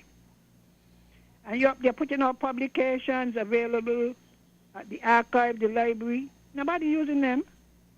Then people start to guess and make up things. And if you were to go on the different websites, you want to know about finances, you go on to the Ministry of Finance, DOF. A lot of publications there, The debt, the very estimates contain information, and the people will be asking about what is in the consolidated fund, how much going in, and what. It is there. I hear people doing some analysis that I'm a statistician, right? A trained one. And it grieved me. The comments that people make is clear they don't understand the data. So you must know what you're looking for. And once you know what you're looking for, it should give you an idea as to where you need to go. Yeah, I take your point definitely in terms of interpreting what you found as well. Yes, yeah. You could ask a question. Everybody saying, oh, the SID ain't gone in the contract. It's in there. It is in there. Yeah. You go to the different departments and you look, you solicit. You're talking about government capital accounts. You have the PSIP in the economic division. And don't talk about the publication, because whenever you see the IMF and the CDB show up, they get the information. So, the data is there. But that's that's IMF and CDB, right? But I think what would you then say to people who say regular people can't access those information, or for some reason They tried. they have difficulties getting that information? Whatever is in the IMF, apart from the projection, is what we have. I keep telling people so. So in the your central bank does not do any. Go ahead. National accounts, you know. Mm-hmm. The information is done, gathered, and processed in St. Kitts by the planning unit. You go to the now let us say you go to the HDI, right, Human Development Index, and you realize there's a gap. You go straight to the relevant department and point it out. Because sometimes that is what accounts for the movement of the index. You go, you see NA, you ask them, why is there no available information? And the government must seriously consider beefing up these departments. Now, in some countries, they make it easier, you know, by making the statistics department the prime one that deals with the information. Because sometimes I can tell you, we have people in some department who lack any kind of statistical skills. Even when they collect data, you find that they process it wrongly, so we have to do it over. So you need to have people either make it the central statistics office. Otherwise, people could give wrong information because they don't understand it. Some of them don't understand it. No, Miss Miss Henry, yes, Desi actually had made a recommendation early in the show where she said that she thought there should be someone assigned to every department to do that. Not only assigned, they must be trained. Right. Well, a trained person assigned to every Yeah, that's department. all better. Yeah. Will we expect? Some of them, I'm telling you, Mhm. that was my business. Mhm. Some of them, you actually got to leave the statistics and go to the department and do the work for them. Because typing is not a statistical clock. Mm. And that is why you find sometimes the delay, the people themselves, they don't know what to do with the data. Mm-hmm. So the I think what I was getting from you was to beef up the statistics department so that we could Yes. have all this information. With people with training, eh? Yes, with trained statisticians, or have Or make the statistics department the central statistical office. You see, in Jamaica, Statin, you ever hear about Statin? no. The Statistical Institute of Jamaica. Mm-hmm. That's their job. They run monthly labor force thing, the amount of surveys and so that they do. You know? They're well staffed and equipped. So unless we get that.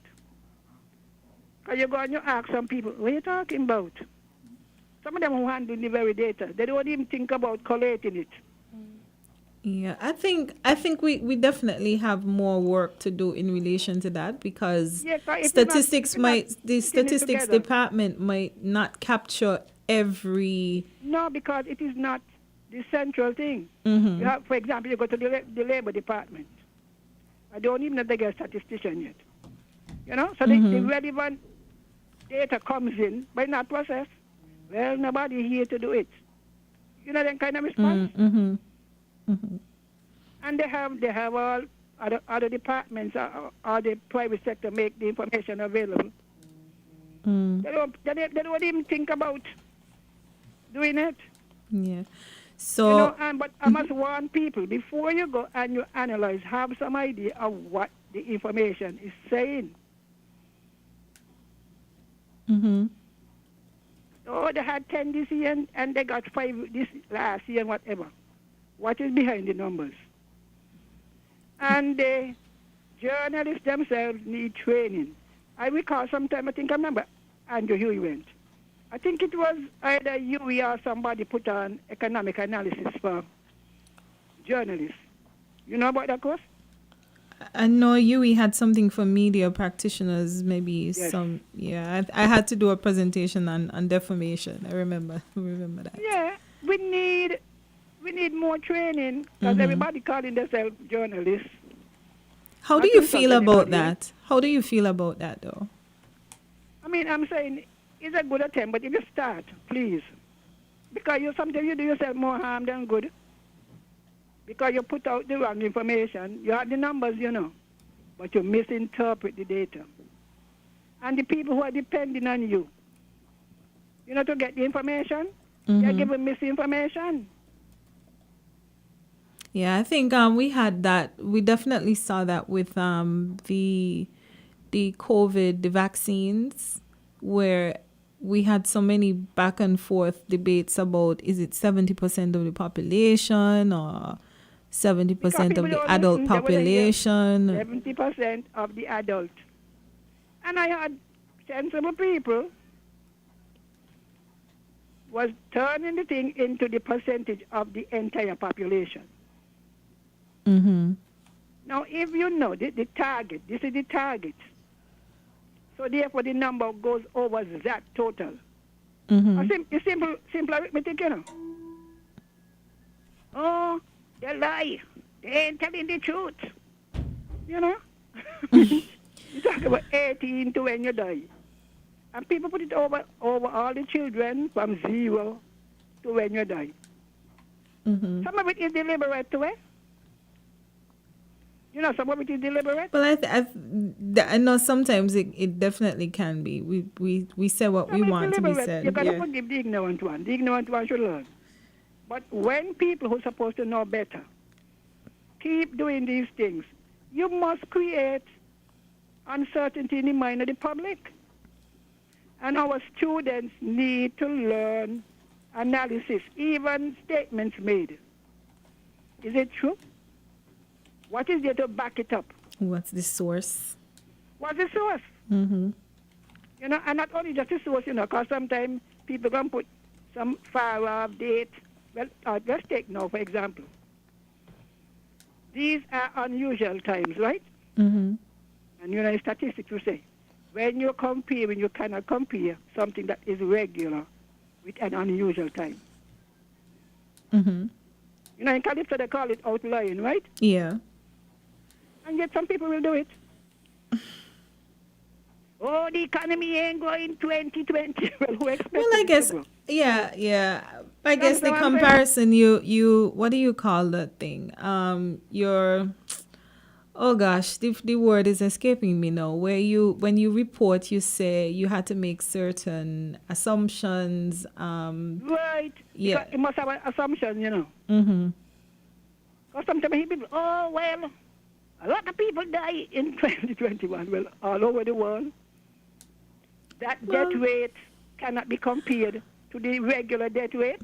But a lot of things can also be debated, I guess. If we're not using the same metrics, they'll always... That's what I'm saying. Yeah. That's why I say our people need training.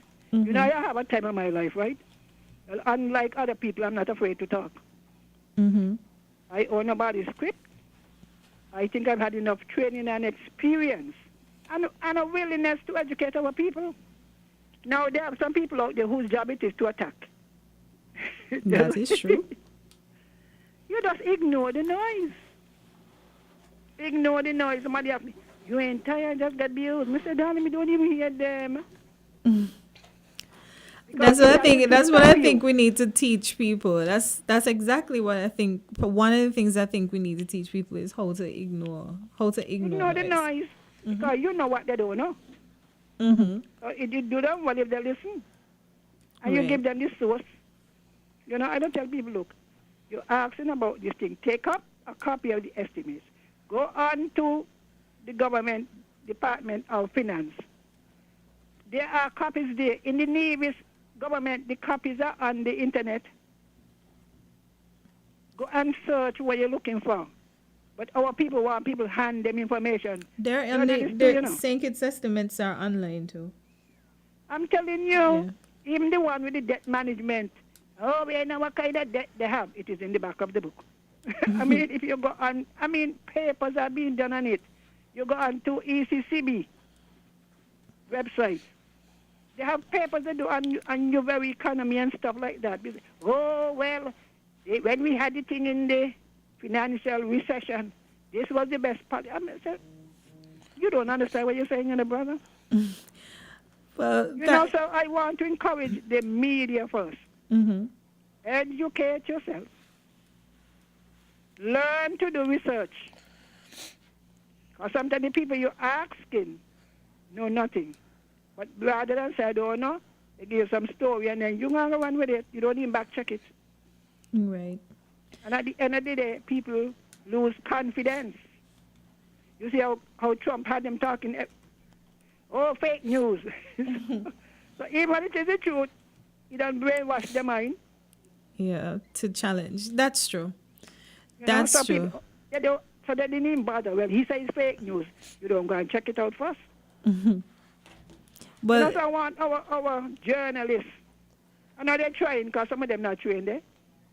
But I kept saying to myself the other day, Mr. Bacchus, I don't know where he is. But I'm saying he is a trained and he was the president of the Caribbean Media Association. Even within St. Kitts, maybe on his own, set up a media school where you train all the radio stations. Sometimes I say, Lord Jesus, what goes? Our people need training. Okay. Not to insult anybody, they're making an effort. But when you're reaching outside of your own country, people are not going to excuse you. You can be excused here. You might not be excused here, actually. You really might not be. Let me tell you how here you go. Here you go if you for or against. That is how they measure. They don't care about the facts, nor the stats. Either it against them or it for them. Right. Well, thanks so much for your contribution, Miss Henry. I think you actually added another dimension to what we were talking about in terms but I'm of serious, training. So what kind of training goes on here? Are you a media worker? No. And maybe CFBC need to run it. And another thing again, before I go. A lot of the people with the information have their mouth shut. They don't say a word, and some of them could help by correcting. Learn to ignore the noise. Because if they knew what you knew, they would have been saying it. Right. You follow? Yes, got you. Yeah, so even you young journalists, just ignore some of them. Whatever side, you don't care what side. Your side is God, and my side is God, eh? Yes. No, don't be afraid of them, because the truth is sometimes they're well glad you do it, because they did not know it before. Oh, making a hush, yeah, with a talk. And they get they love to get personal, yeah? But the truth is, when you can't debate the facts, you get personal, so you take it like that. Oh, well, the Father forgive them. So I want to encourage all the journalists, continue, but train yourself. They got too many online courses now for you to be doing this but and that. And a lot of these commentators, if you intend to be a public commentator, get some training. You're doing more confusing than educating. All right then. Okay, thank you so much. Yes. So training, the need for training, need for us to understand how to actually analyze data. And strengthening the resources of the statistics department, or I think Desi, your recommendation earlier about, making that element a part of every department. We have a caller. Good afternoon. Hello, good afternoon. Yes, good afternoon. Yes. Let me say good afternoon to Mrs. Henry. This is Journey here. I just want to say something about what Mrs. Henry said about those who make noise. Now, I have said before, and Mrs. Henry and I have great respect for her. We have interaction on our daily program weekly. Now, I have said before that we are all fulfilling scriptures. So Mrs. Henry, she just talked about those who make noise or those who attack for the sake of attack. Well, let me just say, the Bible teaches us that there are sounding brass and thinking cymbals. And a lot of that is present today in the media. Thank you.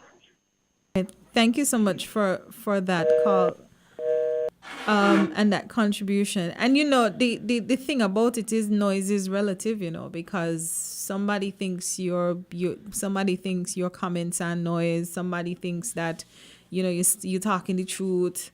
So noise is really relative. But the thing is that everyone has the right and the opportunity to air their views, and perhaps we should be encouraging more people to do that, and also for us to be encouraged to be respectful when other people share their views as well. We are not going to see things the same way. We're not going to interpret information the same way as well, because we all have our own built-in biases and filters at which we pay attention to information as well. But Desi, you were making a point earlier about difficulty finding data, and I think that has been, Miss Henry did speak to that a bit, in the sense, I got the sense that she was saying that a lot of things that we say we can't find, it's because we're not looking for them, or we're not interpreting. We have access, the information is there, when we can't find it, or we don't look for it as good as we should. I think it's both, actually. I think there are still gaps, and I think sometimes people don't know where to access the existing information, and then when you find the existing information, you don't know how to interpret it. What's your thoughts? What's your thoughts about that? There are instances where people don't know how to interpret information, and I think generally she was speaking in terms of the media, but I also think that the problem could also be with citizens as well. Some people don't understand terms that are popularly used, such as GDP, like what it means and what it represents. When you're analyzing information per 1,000 per 1,000 of the population, excuse me. Excuse me. So a lot of people just don't understand how some information is presented, which I actually think that it is the media and the issuing party's responsibility to make sure that they break it down for regular persons to consume. But that's a whole other skill, Simplifying information is a skill, right, that not everybody has. Which I quite understand. Now, what I was going to play devil's advocate with earlier was I was going to ask the question: what if those persons who show an interest in having their own media space, like bloggers such as Obi and Shaq, and so forth, if they were to become legitimized, like, for example, become certified media houses, will we respond or provide them with the same level of information and respect as they are doing it as if they were doing it on their own accord, without that brand or certification? That is a question that I have, because I feel like people respond to media houses differently than they do to individuals with an interest of spreading information, because there are two different things. You can establish yourself as a blogger, you can establish yourself as a media house, which is a Model Cop News. Model, yeah. Love it. Love to see it. It's really cool. He's into investigative journalism and so forth. Like, it might seem trivial to some people that he's taking up that responsibility, but seeing that interest, I would want to train him to be able to get information, since people trust him. You leverage that trust from individuals, from the general public, because people follow him, and his following is growing, because he gets up and he goes out there on his feet to follow the news, right? And a lot of people have the view that other media hosts don't do it. I mean, Andre has definitely Andre's a indicated chaser. yes that he is in the business of doing that, chasing down his news as well, but possibly less publicly than it's done in the same way Shaq is doing it. But like, do we really think that they're going to become? Are people going to see them differently? That's the question, really. All right. We have a caller. Good afternoon. Good afternoon. Good afternoon, yes. Yes. Greetings in the name of Jesus Christ, the only Savior of sinners, and second person of the Trinity.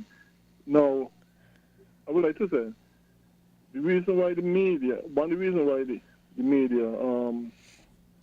doesn't do the job it are supposed to be doing a lot of the time is because they are intimidated by official bodies and governments and that sort of stuff, and it seems as though they have unquestioning respect of things that are official, and it seems to me the media just assume because something is official mean that it is correct, and if something that is not official and goes contrary, it is false news, it is fake news, or whatever of that sort. For example, a very good case in point is this COVID thing. Now, a lot of the media, they just parroted what was officially said or declared.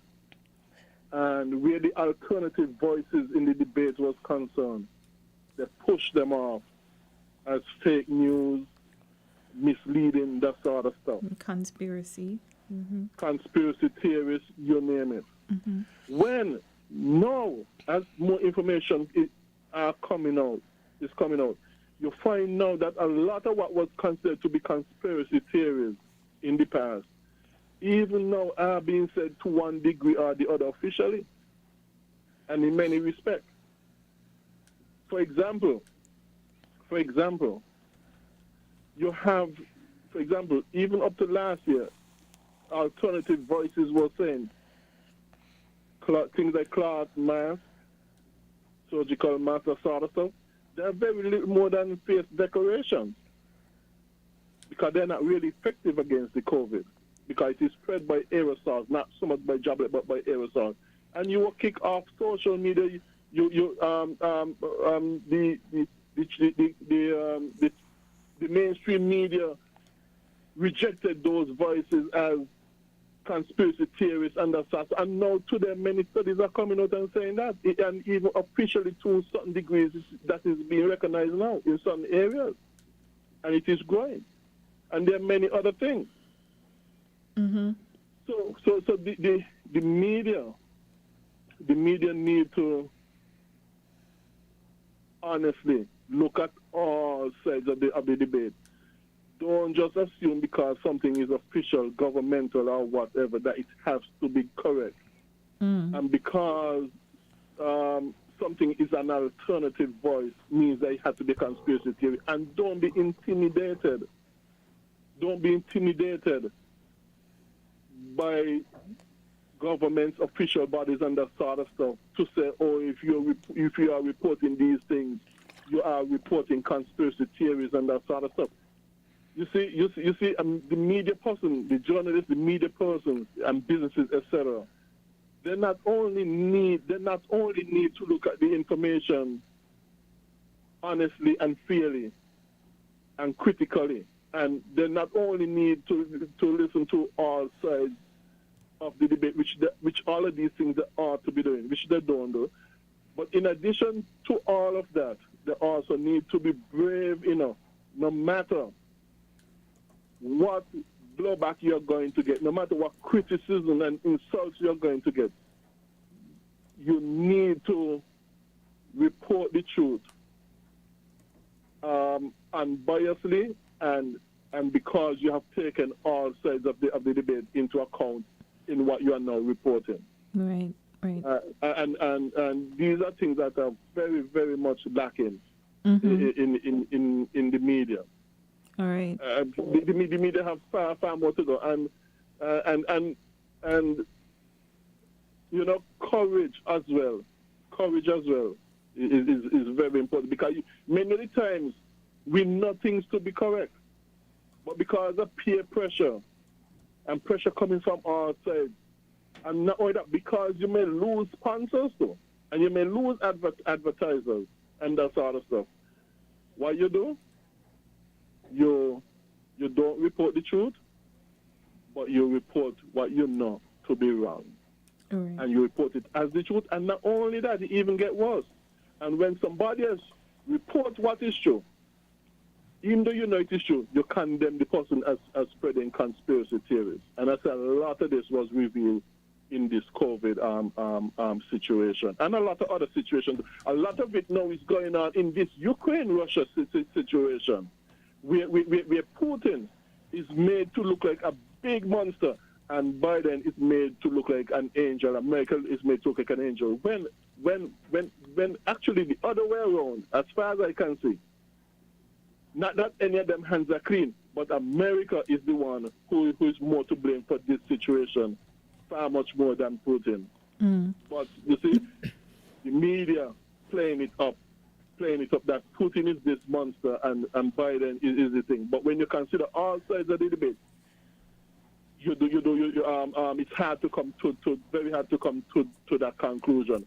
But when I listen to people just are mostly informed about just one side of the debate, the side that they hear from the Western media, including the American media. Right. Okay. Thank you so much. But so, thank you. Yes. Thank you so much.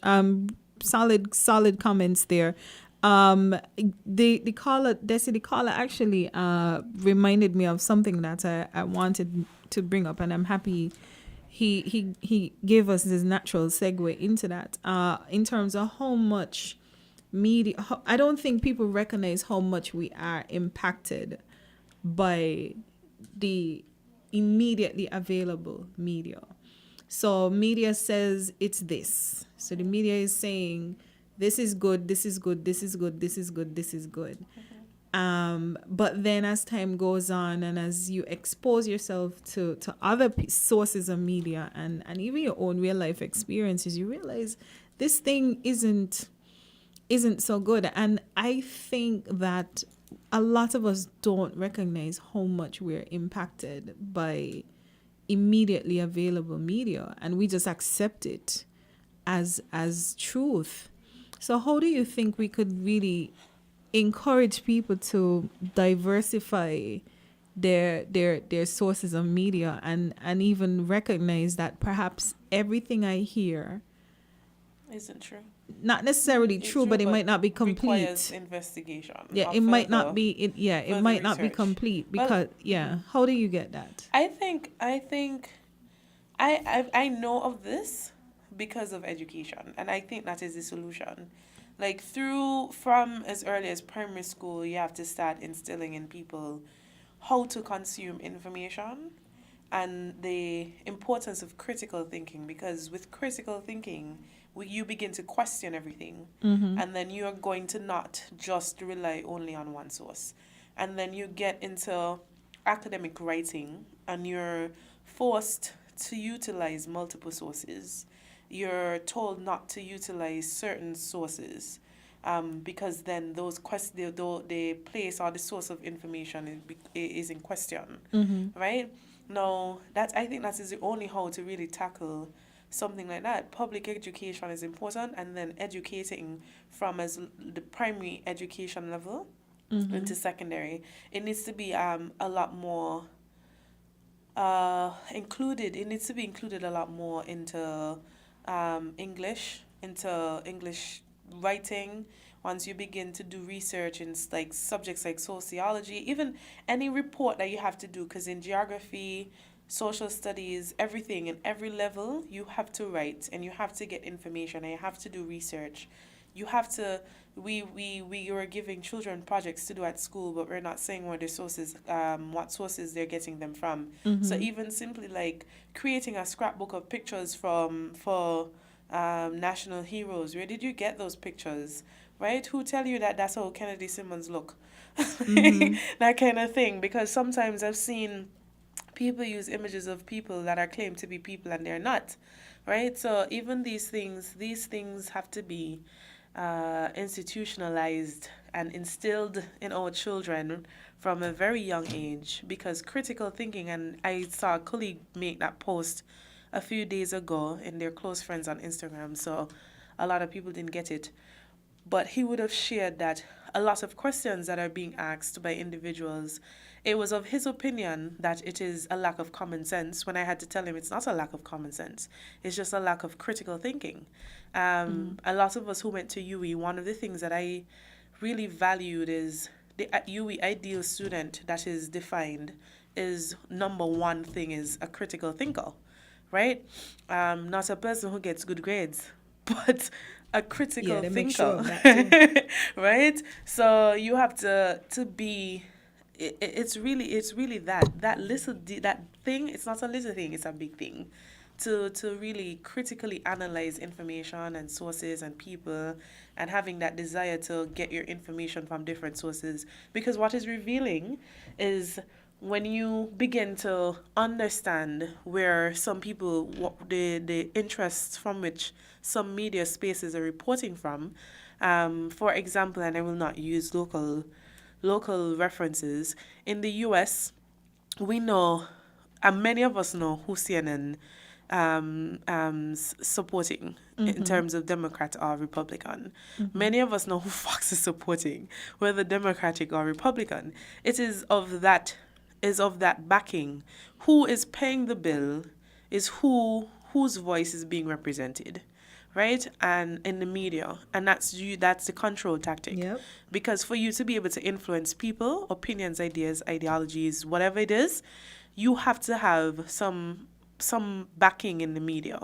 And a lot of these institutions fund media houses to share their stories and ideologies. And that in itself is something that I wish kitchens and divisions would do more of. Simply ask yourself, who is funding this media house? Exactly. Right?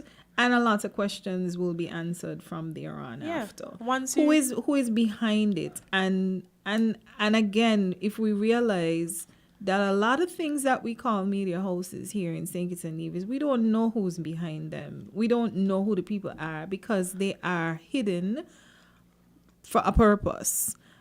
We have a caller. Good afternoon. Okay. We lost that caller. But yeah, so you were saying, Desi, go ahead.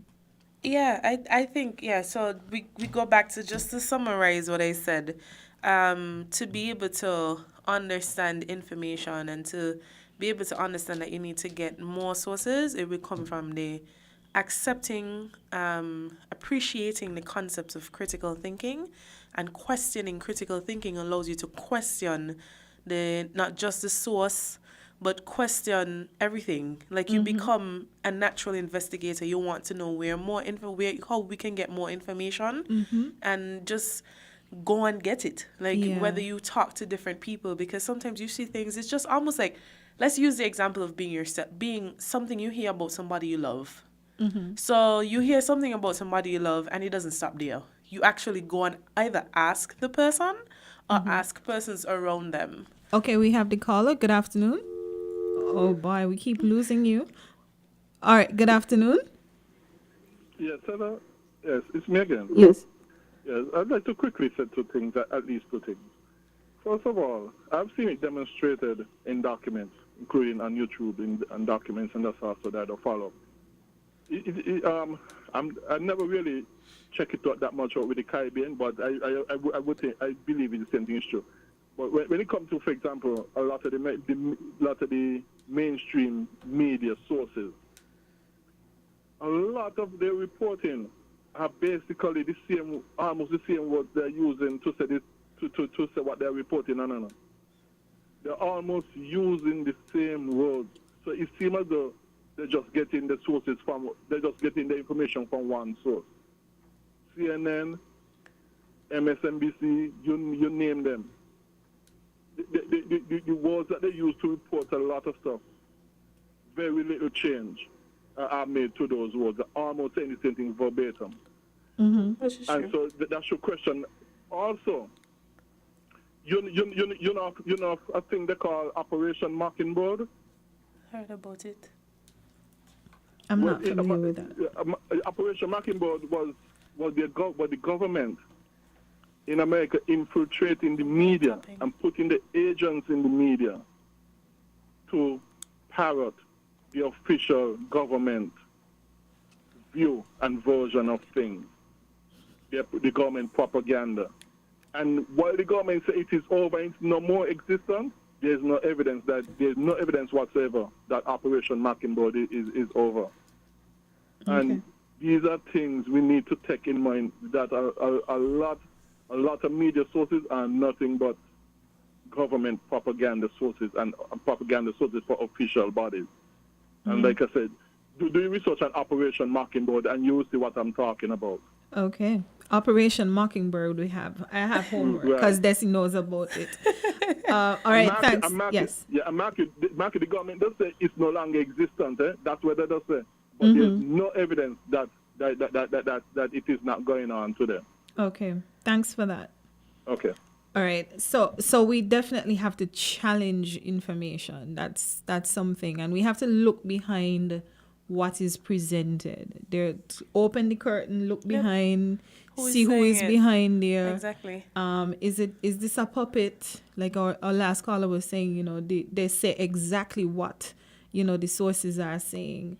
But I mean, I could agree with him because I've seen that. I've seen that some reporting is done that way. But then if you really do the follow-ups and you follow the pundits, you really begin to see them dissecting the information and seeing how they can take the narrative in their direction. So they do give the story a chance sometimes. Right? Sometimes. Depending on where they do give the story, they publish the story as is, and then somebody somewhere begins to question the story, and then the conversations continue. And I think, honestly, when it comes to the media in St. Kitts and Nevis, I don't think we do that enough. I don't think enough people are challenging it. I don't think people are delving deeper. And as you said, writing papers and giving opinions. Even if it's a Facebook post, because it doesn't have to be no extensive academic paper printed in a journal, but actually someone who is looking at things and dissecting and analyzing and comparing it with other sources and other pieces of information. How does it stand up? And I really think that facet of our democracy is really missing. And sometimes people say, one of the things that I always get upset for is, you make those kind of statements and somebody's going to tell you, oh, nobody going to read that. Oh, nobody want to read that. But maybe there are people who would read it. And I feel like there's a whole silent faction of people in St. Kitts and Nevis who want that sort of information. And they're not coming up, they're not speaking up and saying that because maybe in their own private quarters, they're doing that kind of analysis and having that kind of conversation with their friends. So, but the faction of people who, when we talk about politics and the ones who give the big reaction tend to be the people who talk on the radio, the people who are really passionate about things. We have the caller. Good afternoon. Oh, good afternoon. It's me again. Mm-hmm. And good afternoon to all the listeners at home and abroad. I got to give the manners, you know what I mean? Yes. After the culture. And we just note that we have 5 more minutes in the show, so Yes. Now, yes. what I notice is that people send articles abroad to be published and then use them as a reference as if it is some outside source. And because we think our country is less than other countries, we're very gullible. Mm-hmm. But when I hear some people saying, oh, it was in this paper and did that, I said, excuse me, who wrote it? What do they know about us? And this has been going on, used by all sides. And So then it becomes a standard.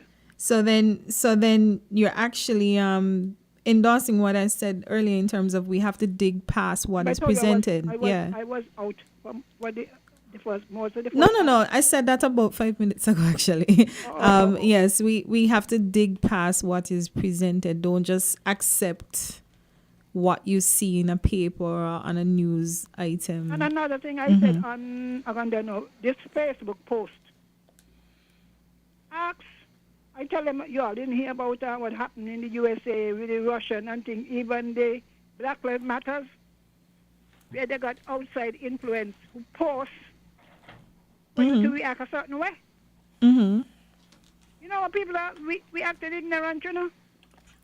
All you need is somebody outside, post something under some fake name, and put you to fight each other without asking a question. Right. But some people don't see it so. We have got to be more analytical, be more aware. The world, we might be a small country, but we should not be a backward one. All right then. Yes. I think that's a very strong statement right there. We should clip that and make it make it something. But yeah, we definitely have to be a lot more analytical and a lot more that's what we're talking about. Yeah, that's more critical of the information that we consume. Yeah, we definitely have to be, because I'm very scared at how easily information is just ingested and believed to be true. I mean, yeah, is on a meme.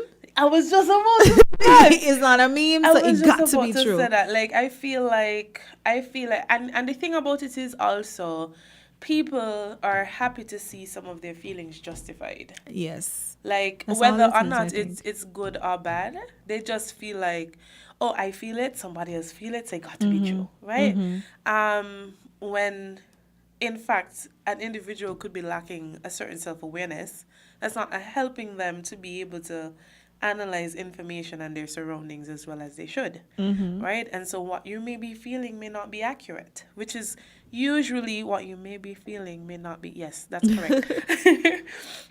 So it's really, really important for us to, there's so many levels to information consumption, because for me, I really can't wake up in the morning and listen to the voice of somebody else. Like, I know I have a lot of friends who like to send voice notes. And up until this morning, somebody sent me a voice note before 7 o'clock, and I was like, I can't listen to this voice note right now. Give me 3 hours. Right? Because I want to hear my own thoughts. I want to see what's happening around me or feel what's happening around me. I just don't want to start consuming everything like all of a sudden. There are people who have serial consumptionism. Like, they just go online and they read everybody's posts, and then they feel heavy. Like, hello, what are you your doing? mind going in all sorts of different direction because somebody posts about this and then somebody else posts about this, and so there's so many levels to it. Becoming educated on being able to information, where information is coming from, critical thinking, putting steps in place, putting things and people in places to assist with the dissemination of information is important on the part of the government.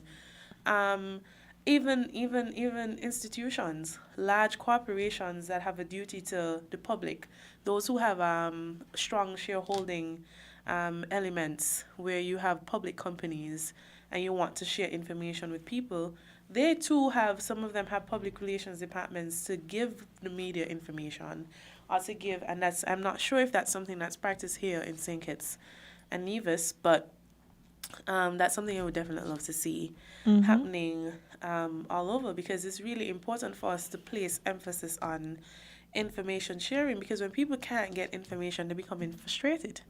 True. Right? And they react in ways that, become questionable.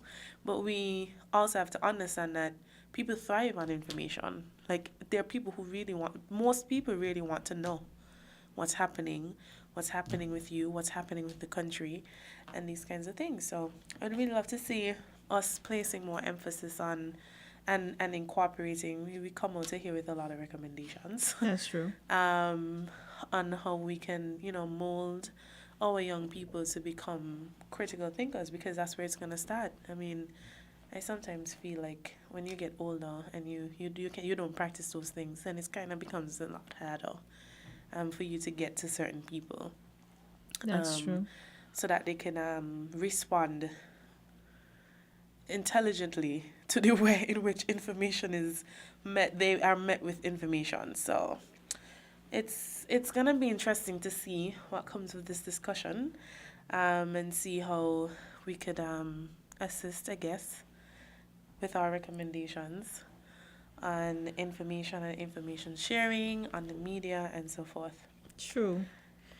Well, folks, it has been 2 hours of conversation about information, accessing it, and all different things that we wish were present or they were more of, in terms of, our ability to understand what is happening around us in our communities and our world. But yeah, I think we had a good discussion, and hopefully we usually get really good feedback after the show, and people, and again, for the silent community who don't want to call in on a show, but then they're going to make it a business to find out your cell phone number to call you and tell you something, or send you a message on Facebook to let you know that they were enjoying the conversation. But so we thank everyone who contributed, and everyone who has listened. We hope that you have taken away something from the conversation, and you will continue your own conversations wherever you are in relation to accessing public information and the role of the media in disseminating that information as well. So like I mentioned, next month we'll be back. It's the month of women. So we will be having some conversations about that. We want to hear about women in politics and governance, and see how we can get some nice panelists in here and talk to some women who really want to get into politics and governance. So stay tuned for that. And it was our pleasure being here, and we will be back next month. It's been Alarm Clock on Inside the News, Win FM 98.9. Enjoy the balance of your Saturday, and take care of each other.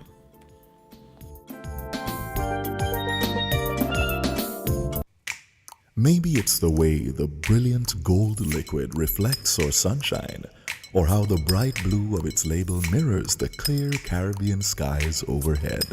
Maybe it's the fresh, crisp taste of this beastly cold beer on a scorching hot day. Maybe it's even the way it brings us all together. But one thing is for sure, Carib is very much